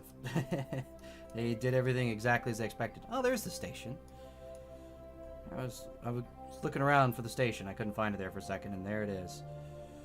So let's put our indicator on and see what's going on. Now, I absolutely love this craft for docking. This thing is a easy craft to dock, by far. One of the easiest I've tried. And usually I manage to goof up the RCS placement just enough to make it difficult. But this one's very good. Rest in peace, Jebediah Kerman. Indeed. Jebediah Kerman Memorial Station. He stowed away on one too many rockets he didn't belong on.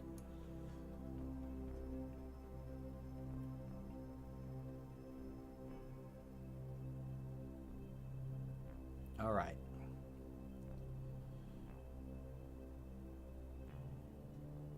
Looking good. I'll get us to 3 meters a second. Yeah, 3 meters a second approach. There we go. Now we can aim retrograde to target. The computer will do the targeting. Or actually, Sidray would do it. Our computer isn't capable on this one.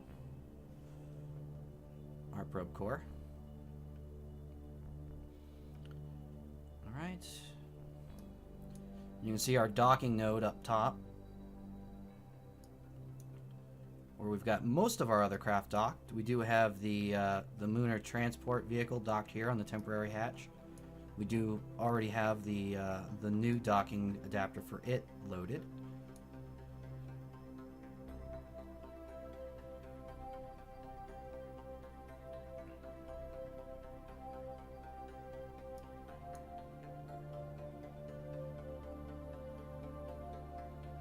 So that Kermit station's looking good up there.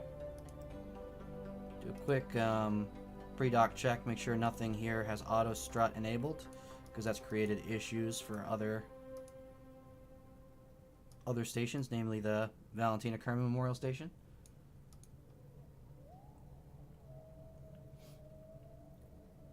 Falcon 9 was transporting one of 64 satellites, which was memorial satellite for the first African American in space. Well, I think that's overdue. I think kind of America lagged behind in a lot of respects in terms of who we put into space in the initial space race. Even just getting women in space was a challenge, while the Russians did it right away. Alright, so we just got to figure out which docking adapter I'm going to go with. I think I'm going to go with this dock right here.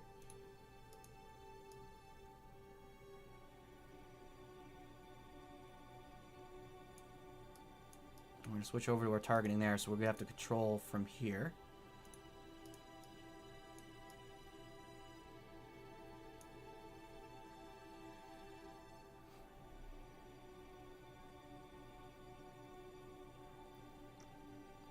We can go into docking mode.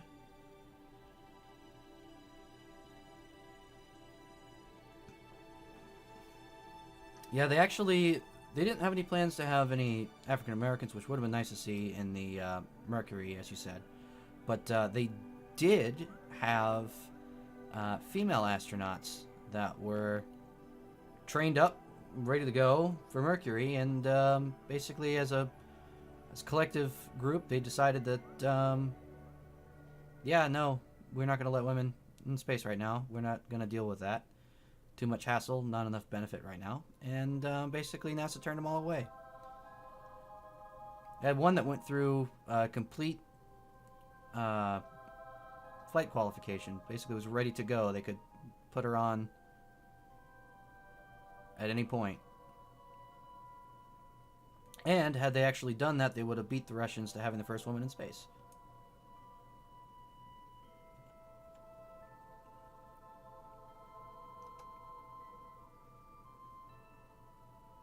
Let's switch out of docking mode. Let's just decelerate with our engines real quick. Bring us to a dead stop. Alright, now we'll switch over to RCS.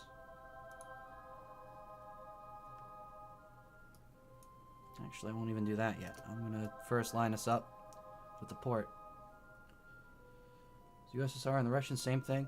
Well, now sort of. So the Russians were the base of the USSR, but originally that included a lot of now separate countries.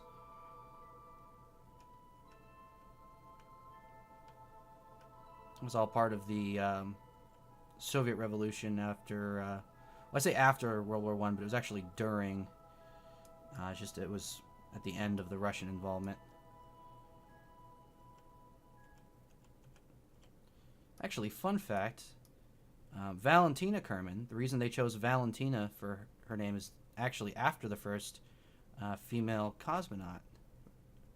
It's actually the name of the first female cosmonaut. Forget her last name. Terribly Russian. Who started the ISS? The ISS was kind of a weird joint venture. The Russians launched the first module, is the core of it. And it was actually originally made for Mir 2, which was never built. And then from there, we were working on something we were calling Space Station Freedom, which never came to be. So we took what we were going to put on that and combined that with the Russians' Mir 2.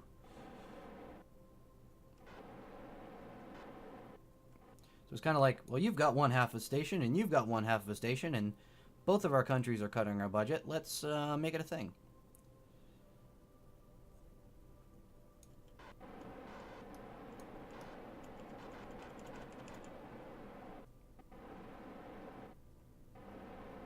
Alright, now it's just working on this docking. Normally I would start further out, and I would attempt to do this with the nav ball instead of kind of spitballing it like I'm doing right now. But this craft is just so easy, I really have no problem spitballing it. I do need to make a little bit of a rotation here just to make that a little easier on myself. Let's just do a little bit of a forward. There we go, a little bit of forward cancellation. My thoughts on the Space Force. I find that utterly redundant, is how I find it. No arguments, just I find it utterly redundant.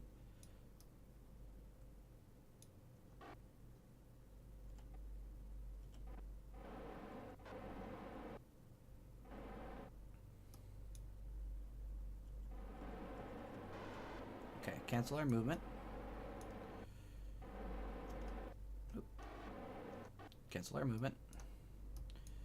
We're going to do just a little bit of a rotation, and we're going to bring ourselves just a little more in line. Now I can start using the nav ball a little easier. But first, back us off a little bit. I want to fix this rotation. I'm going to turn RCS off to do that. I'm just going to do it entirely with reaction wheels. Need to change just a little bit that way.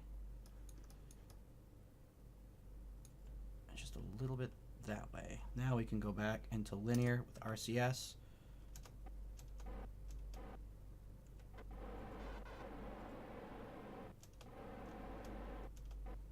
There we go.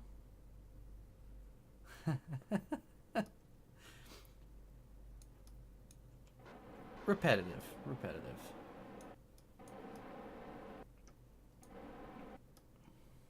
Seems like when the Air Force, the Navy, and NASA are already all involved in space, it just doesn't really seem necessary to involve anyone else in space.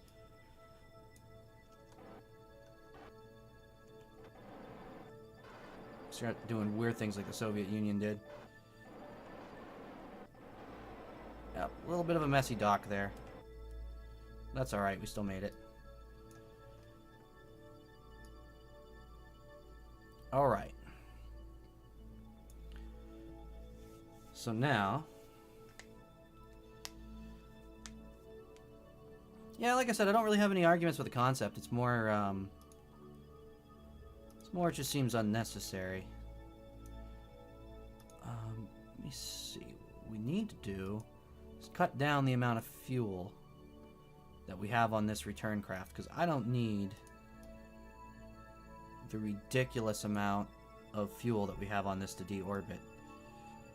So I need to find a smaller tank to hold as a reserve. And I'm not even quite sure what the smallest tank is on this station, even though I built it. No logical explanation for that. Let's see. Maybe I should just use one of these. 45 units of fuel will probably be more than sufficient. Especially if I take down the RCS. Yeah, I think that's what I'm going to do. So I'm going to start pumping fuel into other parts of the station.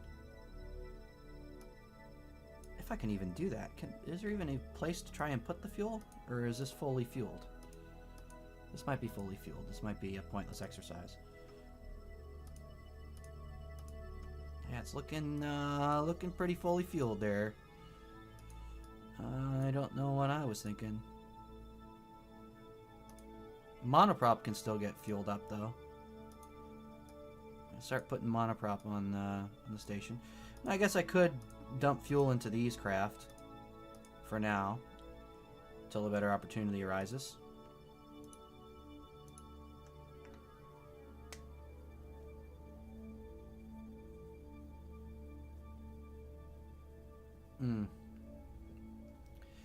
Yeah, that's kind of my thought. I was just kind of thinking, well, I mean, there's just so many people with their hands in the pot already. Plus, I'm actually mostly excited about the privatization of a lot of aspects of space travel. So more government just seems like that would be a thing to get in the way. Alright, so that might be the amount of fuel I keep on this thing. I'm going to start dumping more fuel into these other craft as much as I can. This is the cut down version that I was launching before.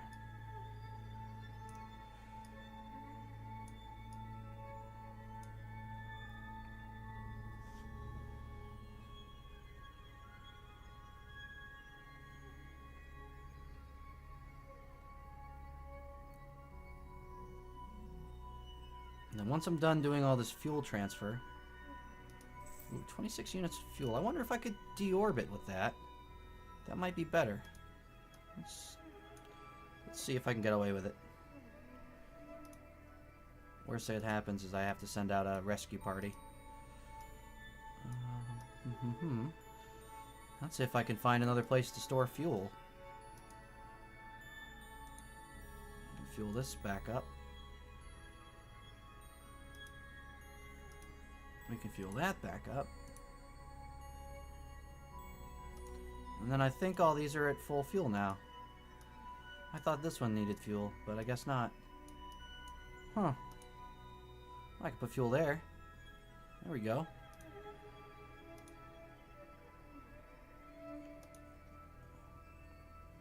Oop, nope, not where I wanted it to go. There we go. Dump a little more fuel in there. Well, the BFR is going to place one. Which I think is cool. I think, yeah, it is pretty out there. I don't think the BFR is really capable of that kind of intense kind of application. Okay, there we go.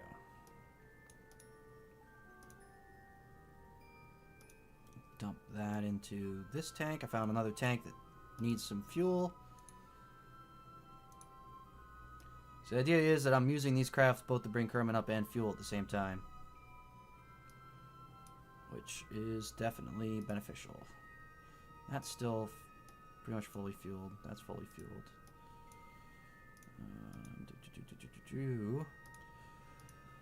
Wow, I really have the fuel situation well in hand here on the station.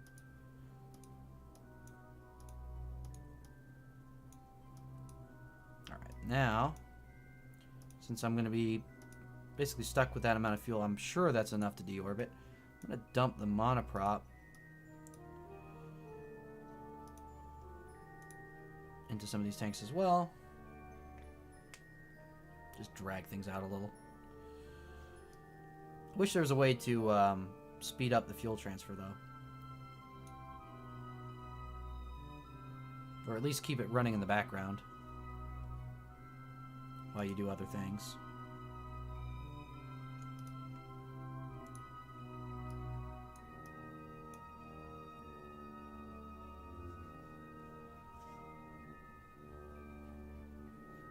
Welcome back.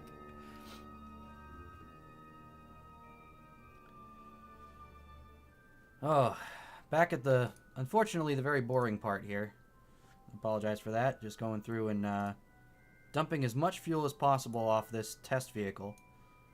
I launched this up as a two-man craft. And, well, I didn't need a two-man craft on the station, so I sent up a three-man craft with a two-man crew. And I'm going to send them over to there and deorbit it.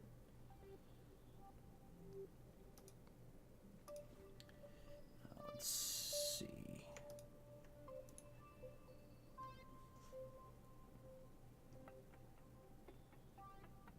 Of course, this is all going into our moon station transfer vehicle. So this will be how crew get between this station and the Valentina Kerman station, currently in moon orbit.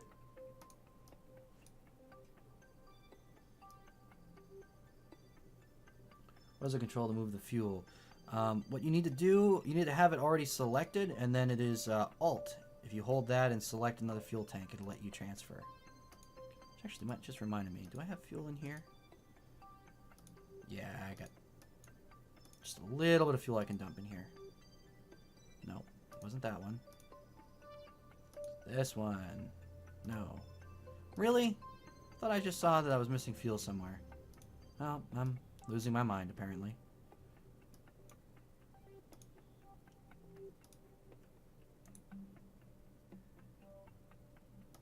I gotta see if maybe these tanks here need... Yeah, these need significantly more. That should be easier.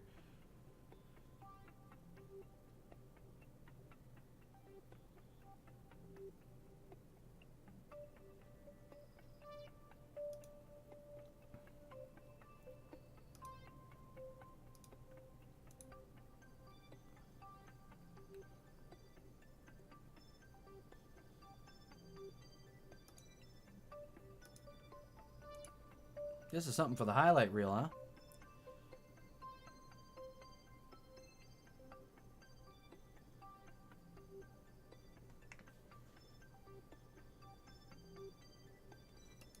Alright, so those 3 tanks are empty. Still got the 3 tanks on the other side. This time I'm going to keep dumping them in the larger tanks. It seems to be a lot faster.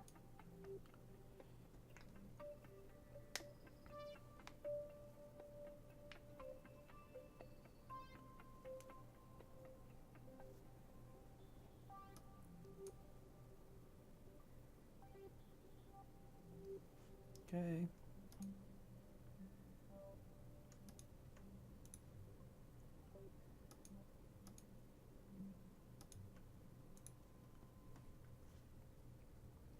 Because the moon transfer vehicle is definitely going to need all the monoprop it can get. Because we are very low on monoprop out on the Valentina Kerman station.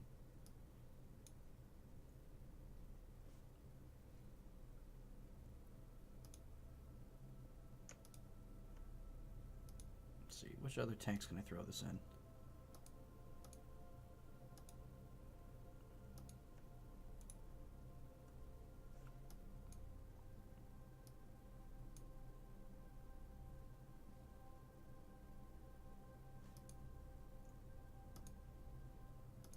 Empty, empty.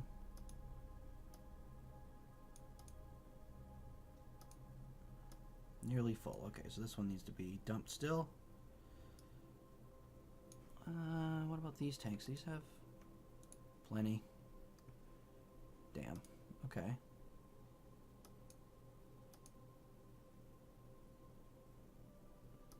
Is there any tank I can still load up here? Okay, that one still needs some.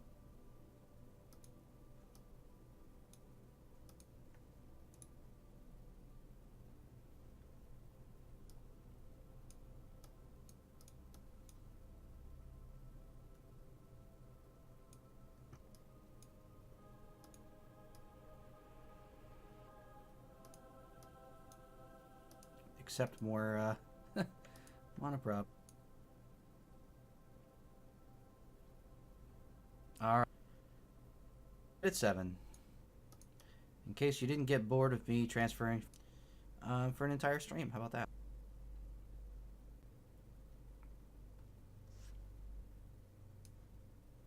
that? Almost done transferring fuel.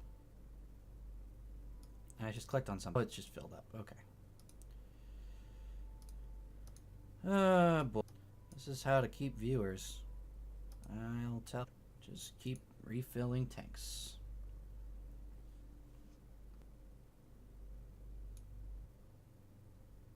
Finally. Alright.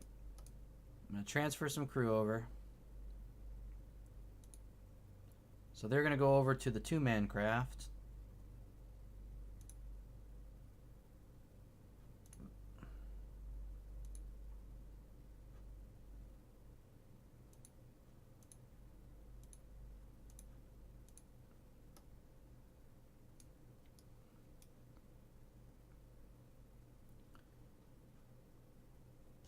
we will be ready to disengage this craft.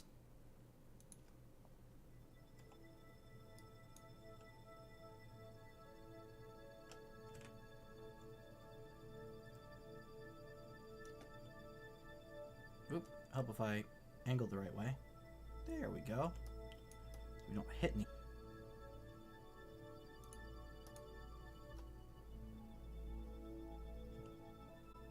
Just coast on by. So definitely everything up there is fully fueled now.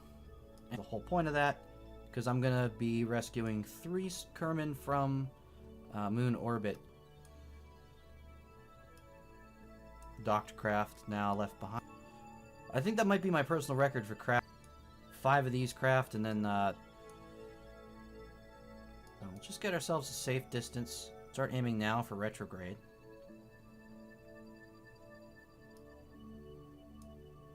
Try and time this out so we get a base center. Missed our window 4. Okay, that's cool. We will.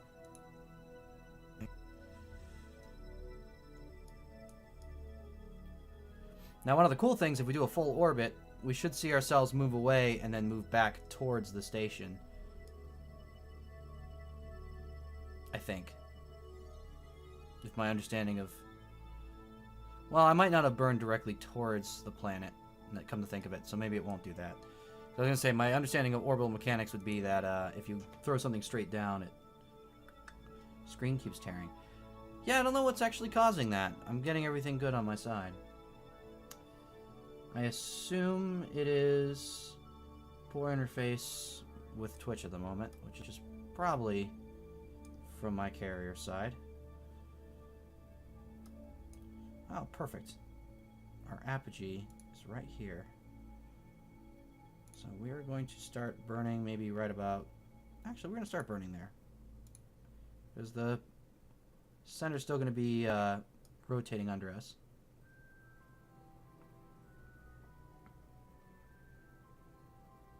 And that should give us a very shallow deorbit with this engine. These engines are not so good at anything, actually. But very slow maneuvering.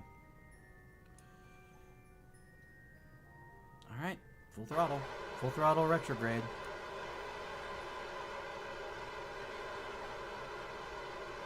Now it's a waiting game.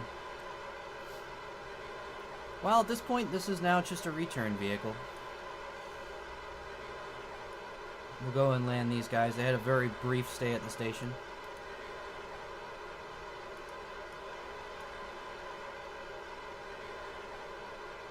But now we'll have everything in place to get our rescued Kerman back down the Kerbin once we save them from Valentina Kerman Station. So probably next thing I'll end up doing is loading up a crew to take to Valentina Kerman Station.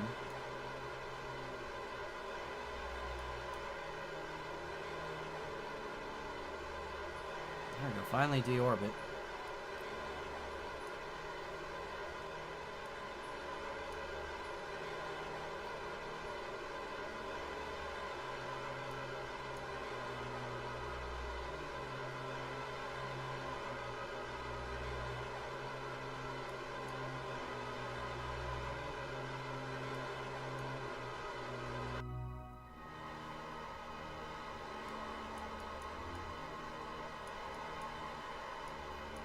I am glad these engines are as cheap as they are, because they are really awful.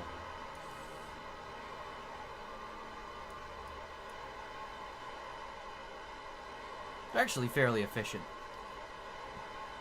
Reasonably efficient, not wonderful, but... Should be like a 322nd specific impulse. 315. 315 is still pretty good.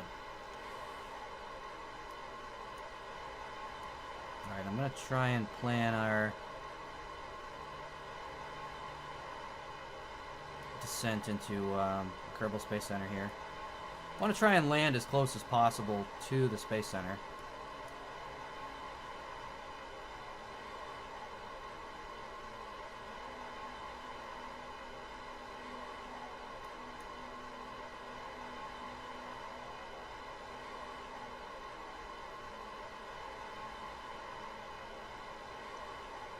Looks like I might have just left myself exactly enough fuel to try and do.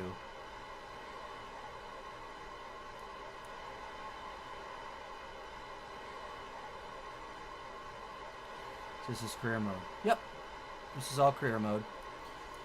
I did it all stock. I do have the Making History expansion, but everything else is stock, no mods.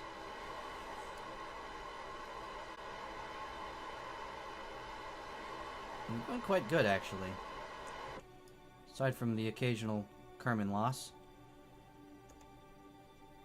I've lost Valentina and Jebediah, so that was kind of less than ideal.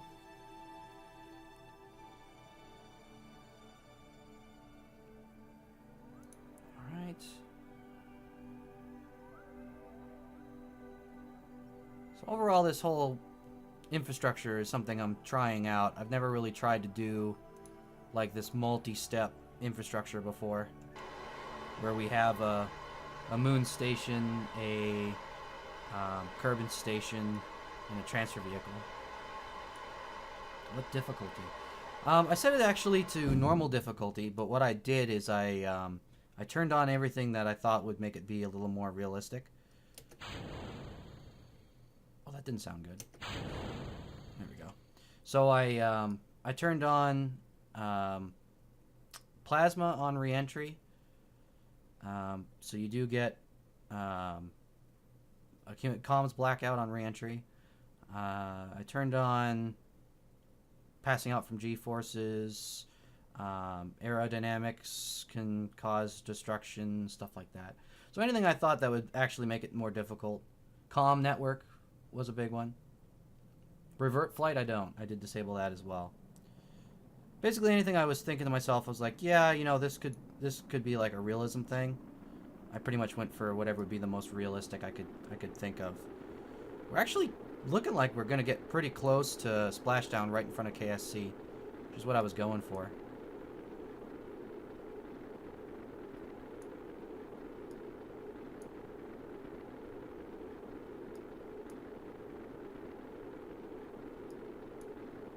I need to get better at that for when I finally do have a working shuttle.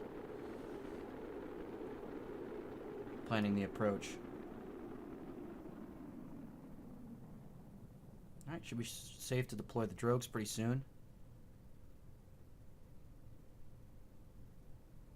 There we go. But yeah, I have no revert flight and I have no crew respawn. So that was the source of us losing Jeb and Valentina pretty early.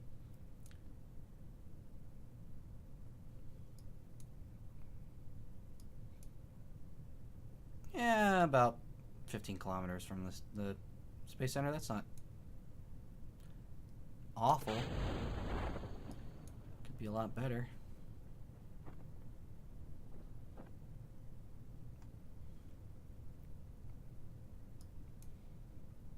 I just like want to sit there and like blow on the parachutes. Be like, go, go. Let's get a little closer. Do I have a crew report from flying over? Yeah, I do. Sanity check.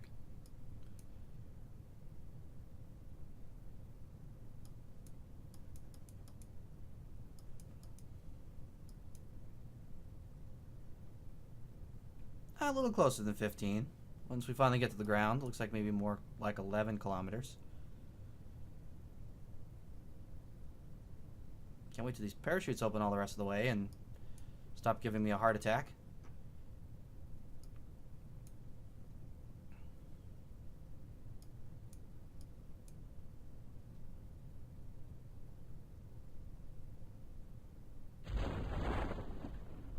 Okay, there's the drogues.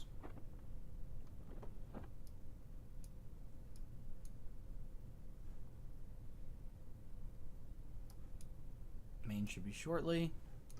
I might start time warping this. I just don't like time warp when the parachute's opening and when we're touching down. Time warp I did leave on. That would just be too crazy in my mind to not do time warp. Although I am trying my best not to go crazy with it. We've done quite a lot and it is currently day 88. So I try very hard not to do too much time warp.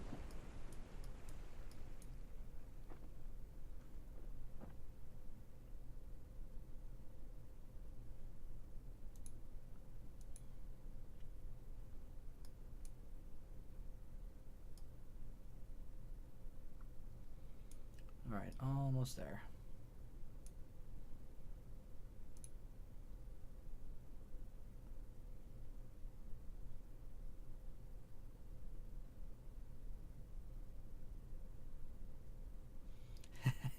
I used to abuse time warp. I used to be really bad about it.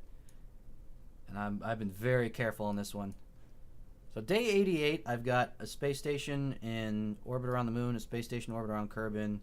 I've got probes to Minmus. I've got a Duna probe on the way and a sun satellite.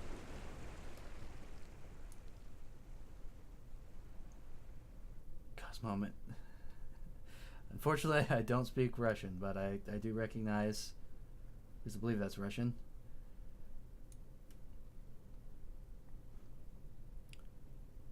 All right. Make sure I'm not missing any science from here. 0.8 science. It's always worth checking. Why not, right?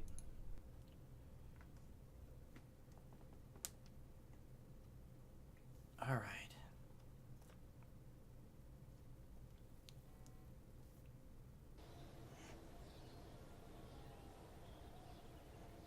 Right.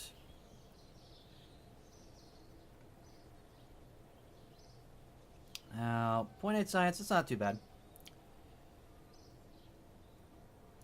Almost to the part I needed to unlock.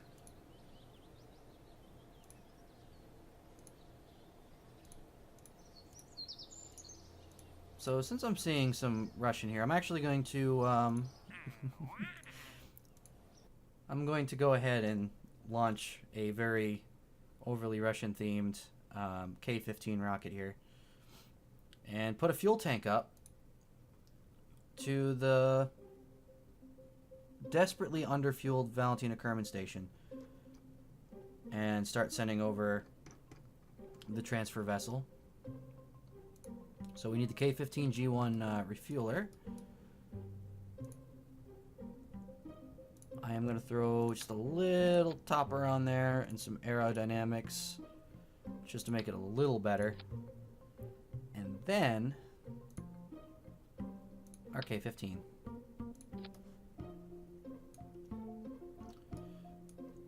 Oh yeah, definitely. I'll show you the tech tree in just a moment. I am definitely going to quickly launch this, though. Because I can't see this rocket and not want to launch it. I love this thing. Alright, so here we go. Aside from the fact it rolls a little bit, but that's totally tolerable.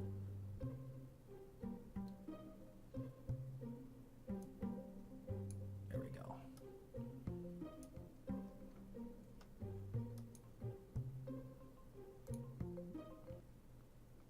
So basically I'll just be sending this one off to the moon and refuel the station there. I'm just so worried because I had 2 full fuel tanks on there that thanks to a Kraken strike, or 2 Kraken strikes, I ended up losing. So it's not too pleased about that. Desperately low on fuel.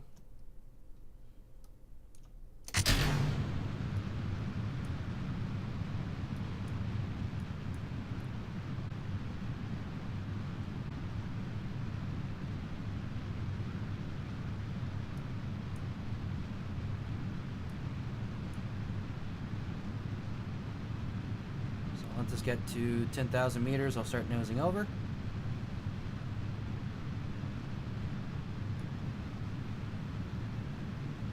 Fortunately, this is kind of a bastardized Soyuz. I did replace the what are supposed to be the Russian engines in making history. And I replaced them with the Saturn V second stage engines, just because this was a little too heavy.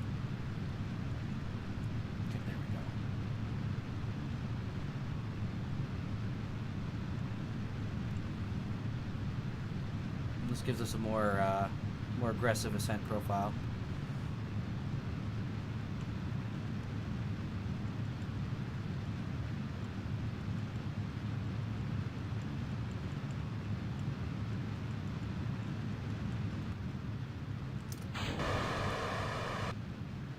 All right. Core left cross there. Now. Yeah, definitely very aggressive. Very aggressive launch profile.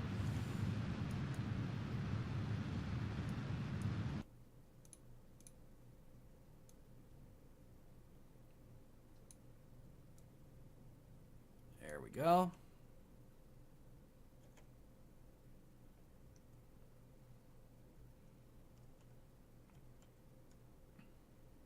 Now it's going to think that this is way too long of a burn time. It's going to think it's like a 3-minute burn time, but it's actually just because we haven't even left the atmosphere completely yet.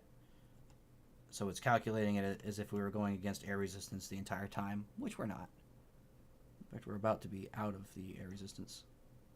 Let's manually deploy the shroud here. Extend the solar panels. Better. Now it'll show 1 minute 13 seconds for a burn. That's more like it. Start deploying.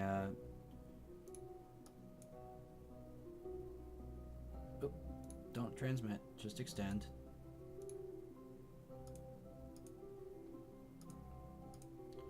So let me see. 1 minute 13 seconds. We want it to be 37 seconds. So right now. Wobbly. I'll burn out the last of this first stage. The core stage, I should say.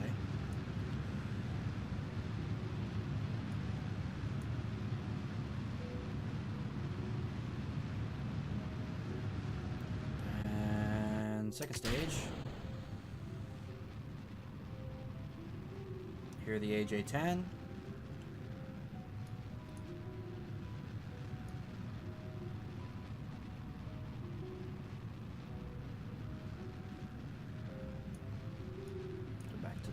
Antennas. I really should be putting these in action groups, but laziness, I guess, is preventing that. I don't have a better answer than that, unfortunately.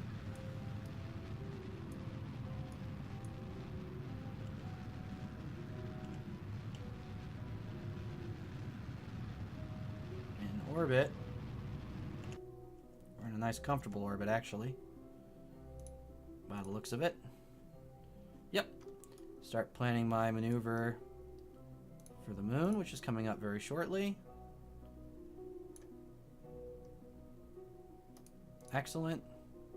And that actually has a free return for the spent part of the. Yeah, that's actually it kind of worked out perfect.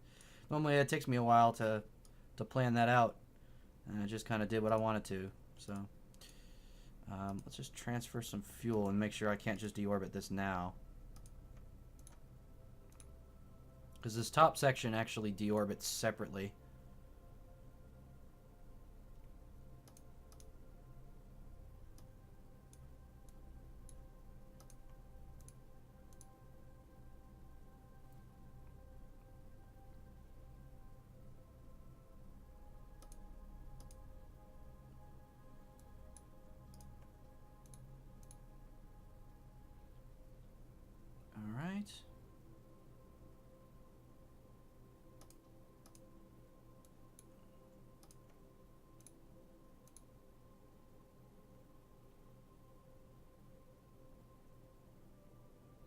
Yeah, I've still got a little bit of fuel in there.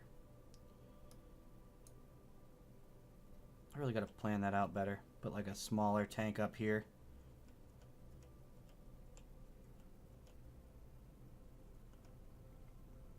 Are draining out the fuel you're taking there? Well, what I'm doing, this top section, I've got a separator, so I can actually deorbit that and send it back to Kerbin if I need to. But in this case, I've still got enough fuel that I'm going to use it for the Mooner burn instead, and then I'll separate it. And that way I'll just drop the dead weight.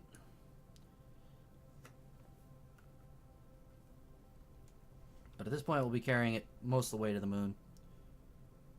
43-second burn. So I want to get about 21 seconds away from the start of the burn before I actually initiate it.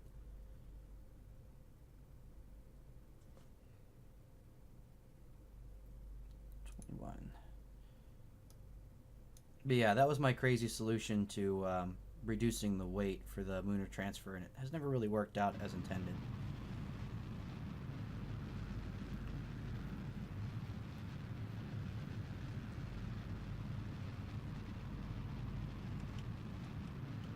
Oops. Off target.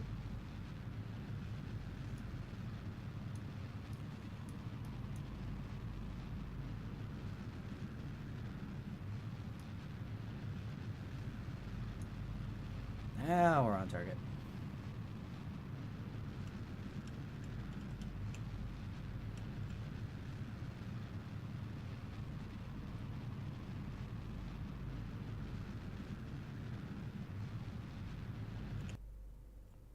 Little bit of a correction. And if we get that free return for the top section, I'm going to just kind of cheat a little bit with these extra boosters, I think.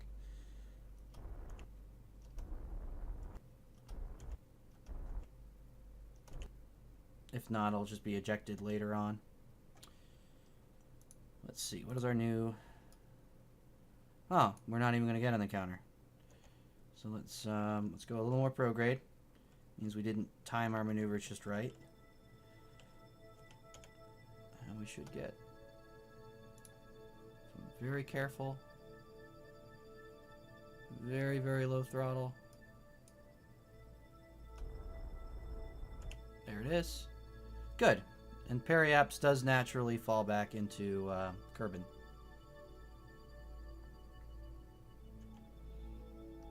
Alright, so fuel tanker is on the way to Valentina Kerbin Station. I'll switch to that real quick.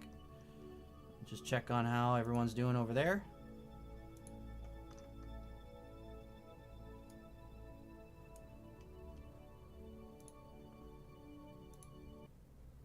And then I will check out the tech tree.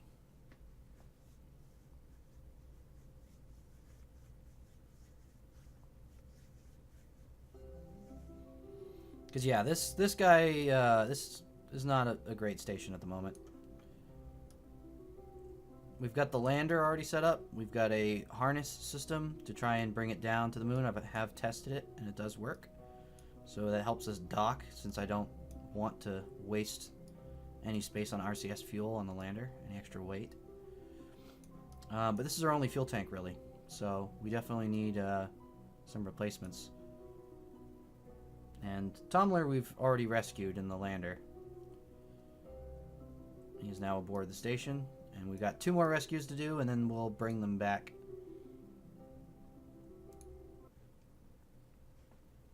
And get almost 500,000 credits out of the contract all at once. Turn the volume back up a little bit in the game. Subside. Oops. Didn't want to switch to the spreadsheet. There we go. And didn't want to lose the chat. What is going on here? Try that again. Weird computer moment. Okay, got rid of the junk. Alright. Tech tree. Here's what we got so far. So, up to this 4th rank, I just took everything. But, on the 5th rank, I didn't take aerodynamics because our jet program's not going great. I'm not a big fan of them anyway.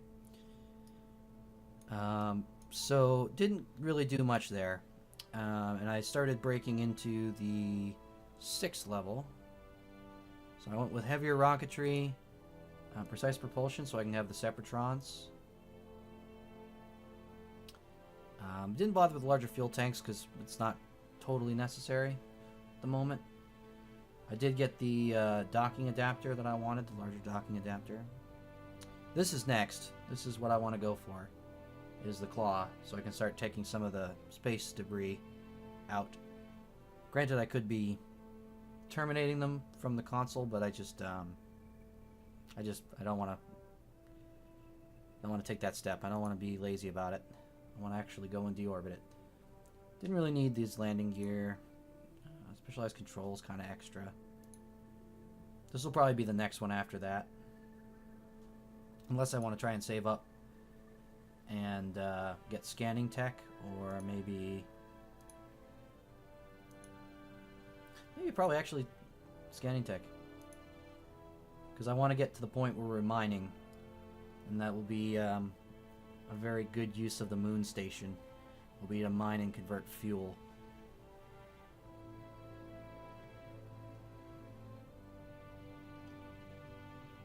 But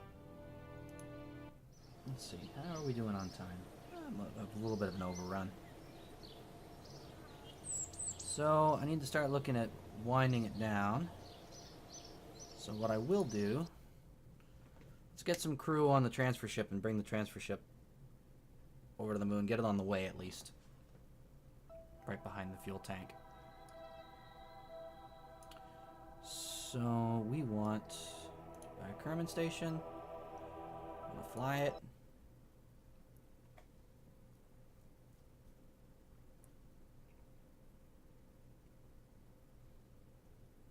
Yeah, I think one of the most challenging things I said on this, I didn't realize how much it'd be a challenge, is the comm network. I think that was one that surprised me. Although, once you start planning that out, there we go, and you end up with a polar satellite network like I have around the moon. Since the moon, you can't have a geosynchronous orbit, would be outside of its sphere of influence, unfortunately. And then you have a geosynchronous system, where are they? Which ones are they, I mean? Relay 1, Relay 3, Relay 2. So all these in a perfect 6-hour Kerbal Day orbit. So they are geosynchronous, they stay centered over the same piece of Kerbin at all times. So that is how we close out communication gaps.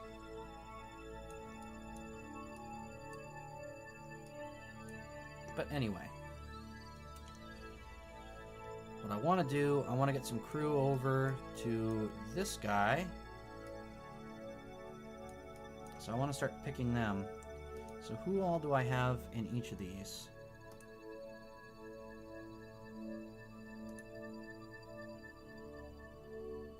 Oh, it doesn't like... So I need a pilot. Dunson is a good pilot.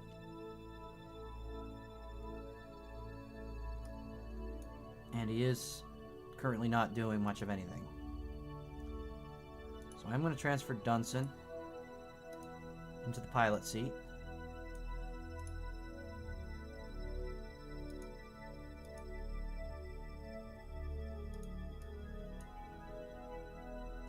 And we need a scientist. Ronner and Eiffel are both in the lab, so we don't want to take them. Engineer, pilot, and engineer.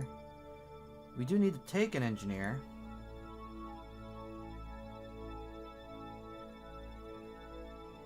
I might take Bill. Nedbo. Might be an option. He has landed on the moon. But anything with Minimus? Not really. I've put a probe in orbit. And I now have a second probe about to get there, because the first probe managed to smash into the ground. Let me rephrase that. I managed to smash it into the ground. Oh, maybe I was looking at this wrong. These guys actually are not in the lab. So let's get Nesky.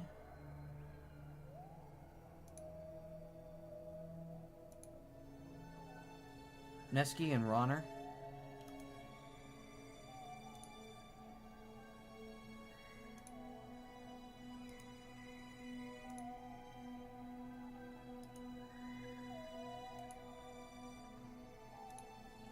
Bring some scientists along. Scientists are ultimately going to be doing the landings for me, since I have a probe-assisted... I love those lights now. I have a probe-assisted setup for the lander. So that has both our scientists in there. Make sure that that's right. They are actually scientists. Oh, Neski's an engineer. So we've got a scientist, an engineer, and a pilot. I will need a return pilot, actually. So I actually need another pilot. Who do I want to grab? Newstead, maybe? Eiffel? Eiffel might be a good choice. Where's Eiffel? Perfect. Transfer Eiffel.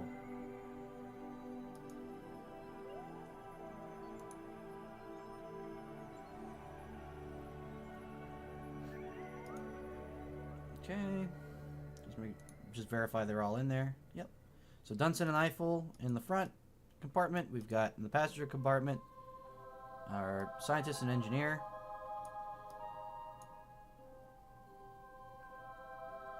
And we are fully fueled. Monoprop is at full.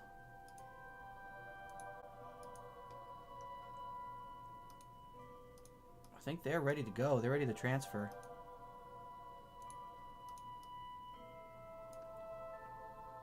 So let's separate. And this will be the first time this craft will go between stations. So I'm kind of excited about that.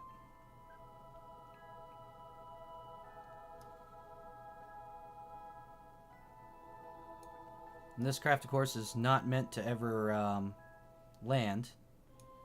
It only goes between the two.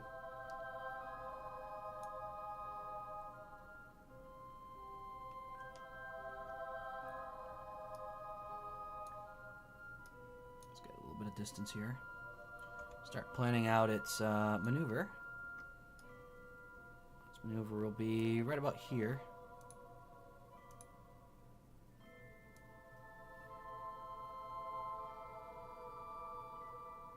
Game's slowing down a little bit.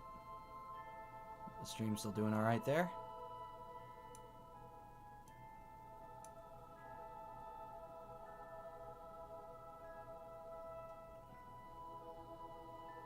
I'm going to just bring that down a little bit. I'm going to try and time this just right so I can use the least amount of fuel. It looks like I pretty much had done that.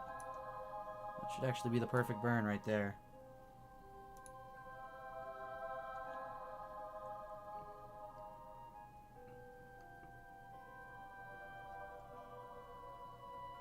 So I haven't done any math to figure out whether this will actually have enough delta V to do what I want it to do. Which, on paper, is a very bad idea. In practice is a very bad idea. But sometimes that's how we do things here.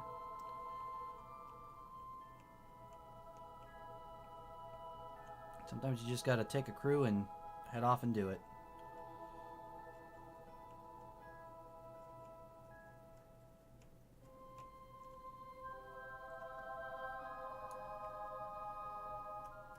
Okay, we can now deploy that fourth solar panel.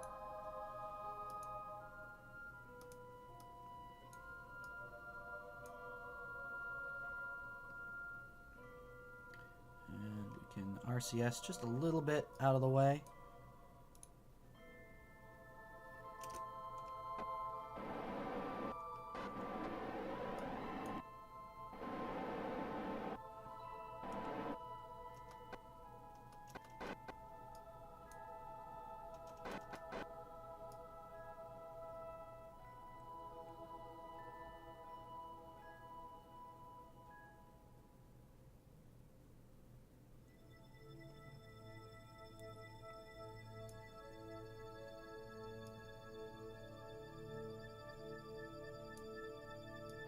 Just this goofy looking thing. It does look pretty goofy.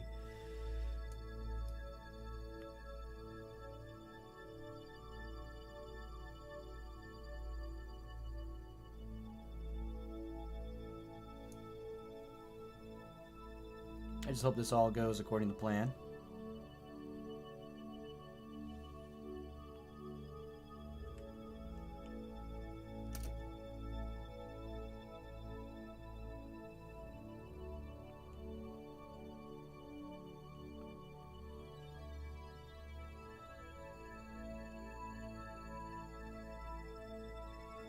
By the time we come around to our maneuver, we'll be on the opposite side of Kerbin. Now, the thing that I'm worried about, is, and I'm waiting for this to get some distance, is if I time warp, I don't want this to accidentally turn into a situation where it re-collides with the station.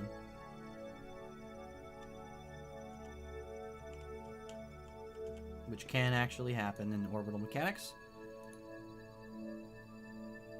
Just want to make sure that we're properly disembarking here.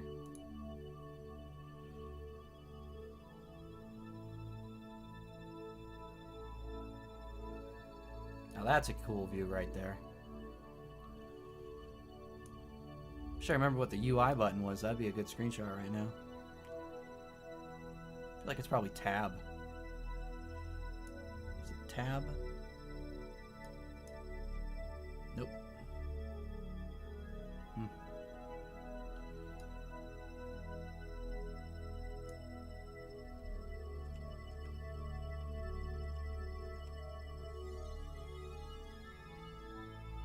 Okay, a little more time warp.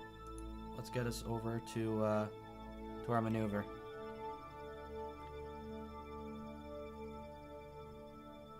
Oh yeah, we're getting plenty of distance from the station now. Yep, still getting further. Good.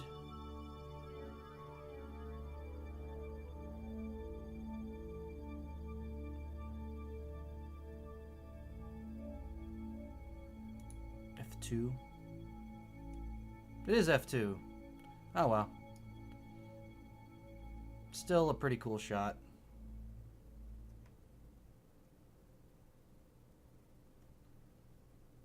Which now, my screenshot doesn't work.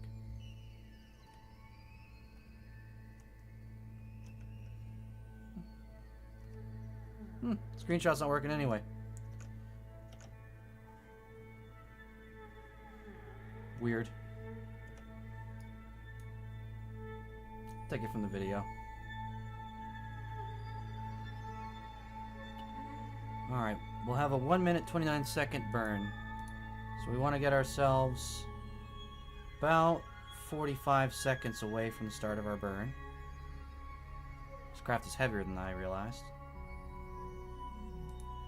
This is just, is limited. Of course it's limited. Why would I not thrust limit something that needs to be at full thrust? Alright. That explains a little bit. So we'll wait till 15 seconds before. Good call on the key, by the way. I'm surprised you got that one right away. I could not for the life of me remember what the heck it would be.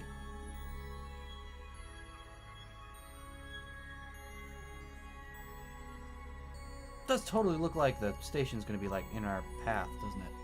It's kind of disconcerting. Just gotta go for it.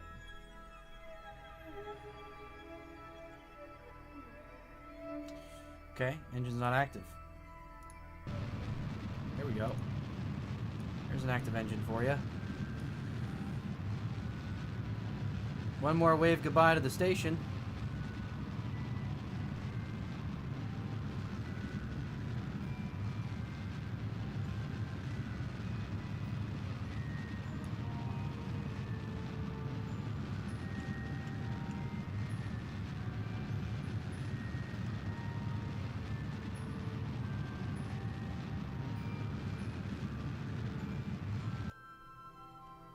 See how we did. Still needs just a little more prograde.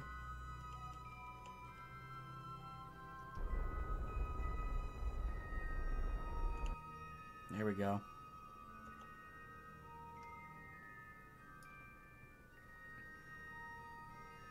There we go. That's a pretty good place to call it, I think, for a night. How do we do on fuel? Used a much higher percent of our fuel than I expected. You clipped the screenshot. Awesome. Yeah, that was definitely a keeper. But yeah, not bad. We did use way more fuel than I expected to use on this thing, like an uncomfortable amount of fuel. But it shouldn't take us anywhere near as much fuel to do all our maneuvering around the moon. So, shouldn't be too bad. This will be the hard part of any...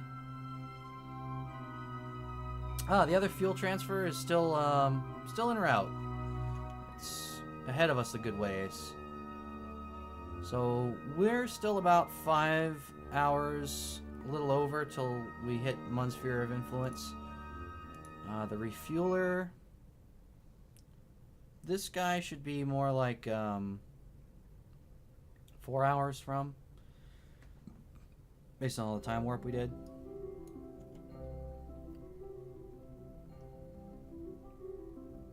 No, this one will actually take longer.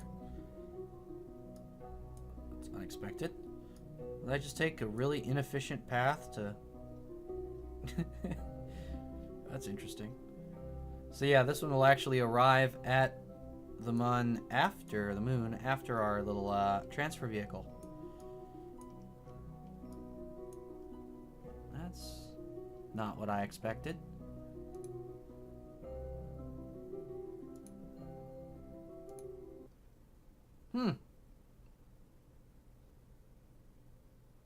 Didn't expect that at all. So maybe I just didn't time that as efficiently as I thought I did.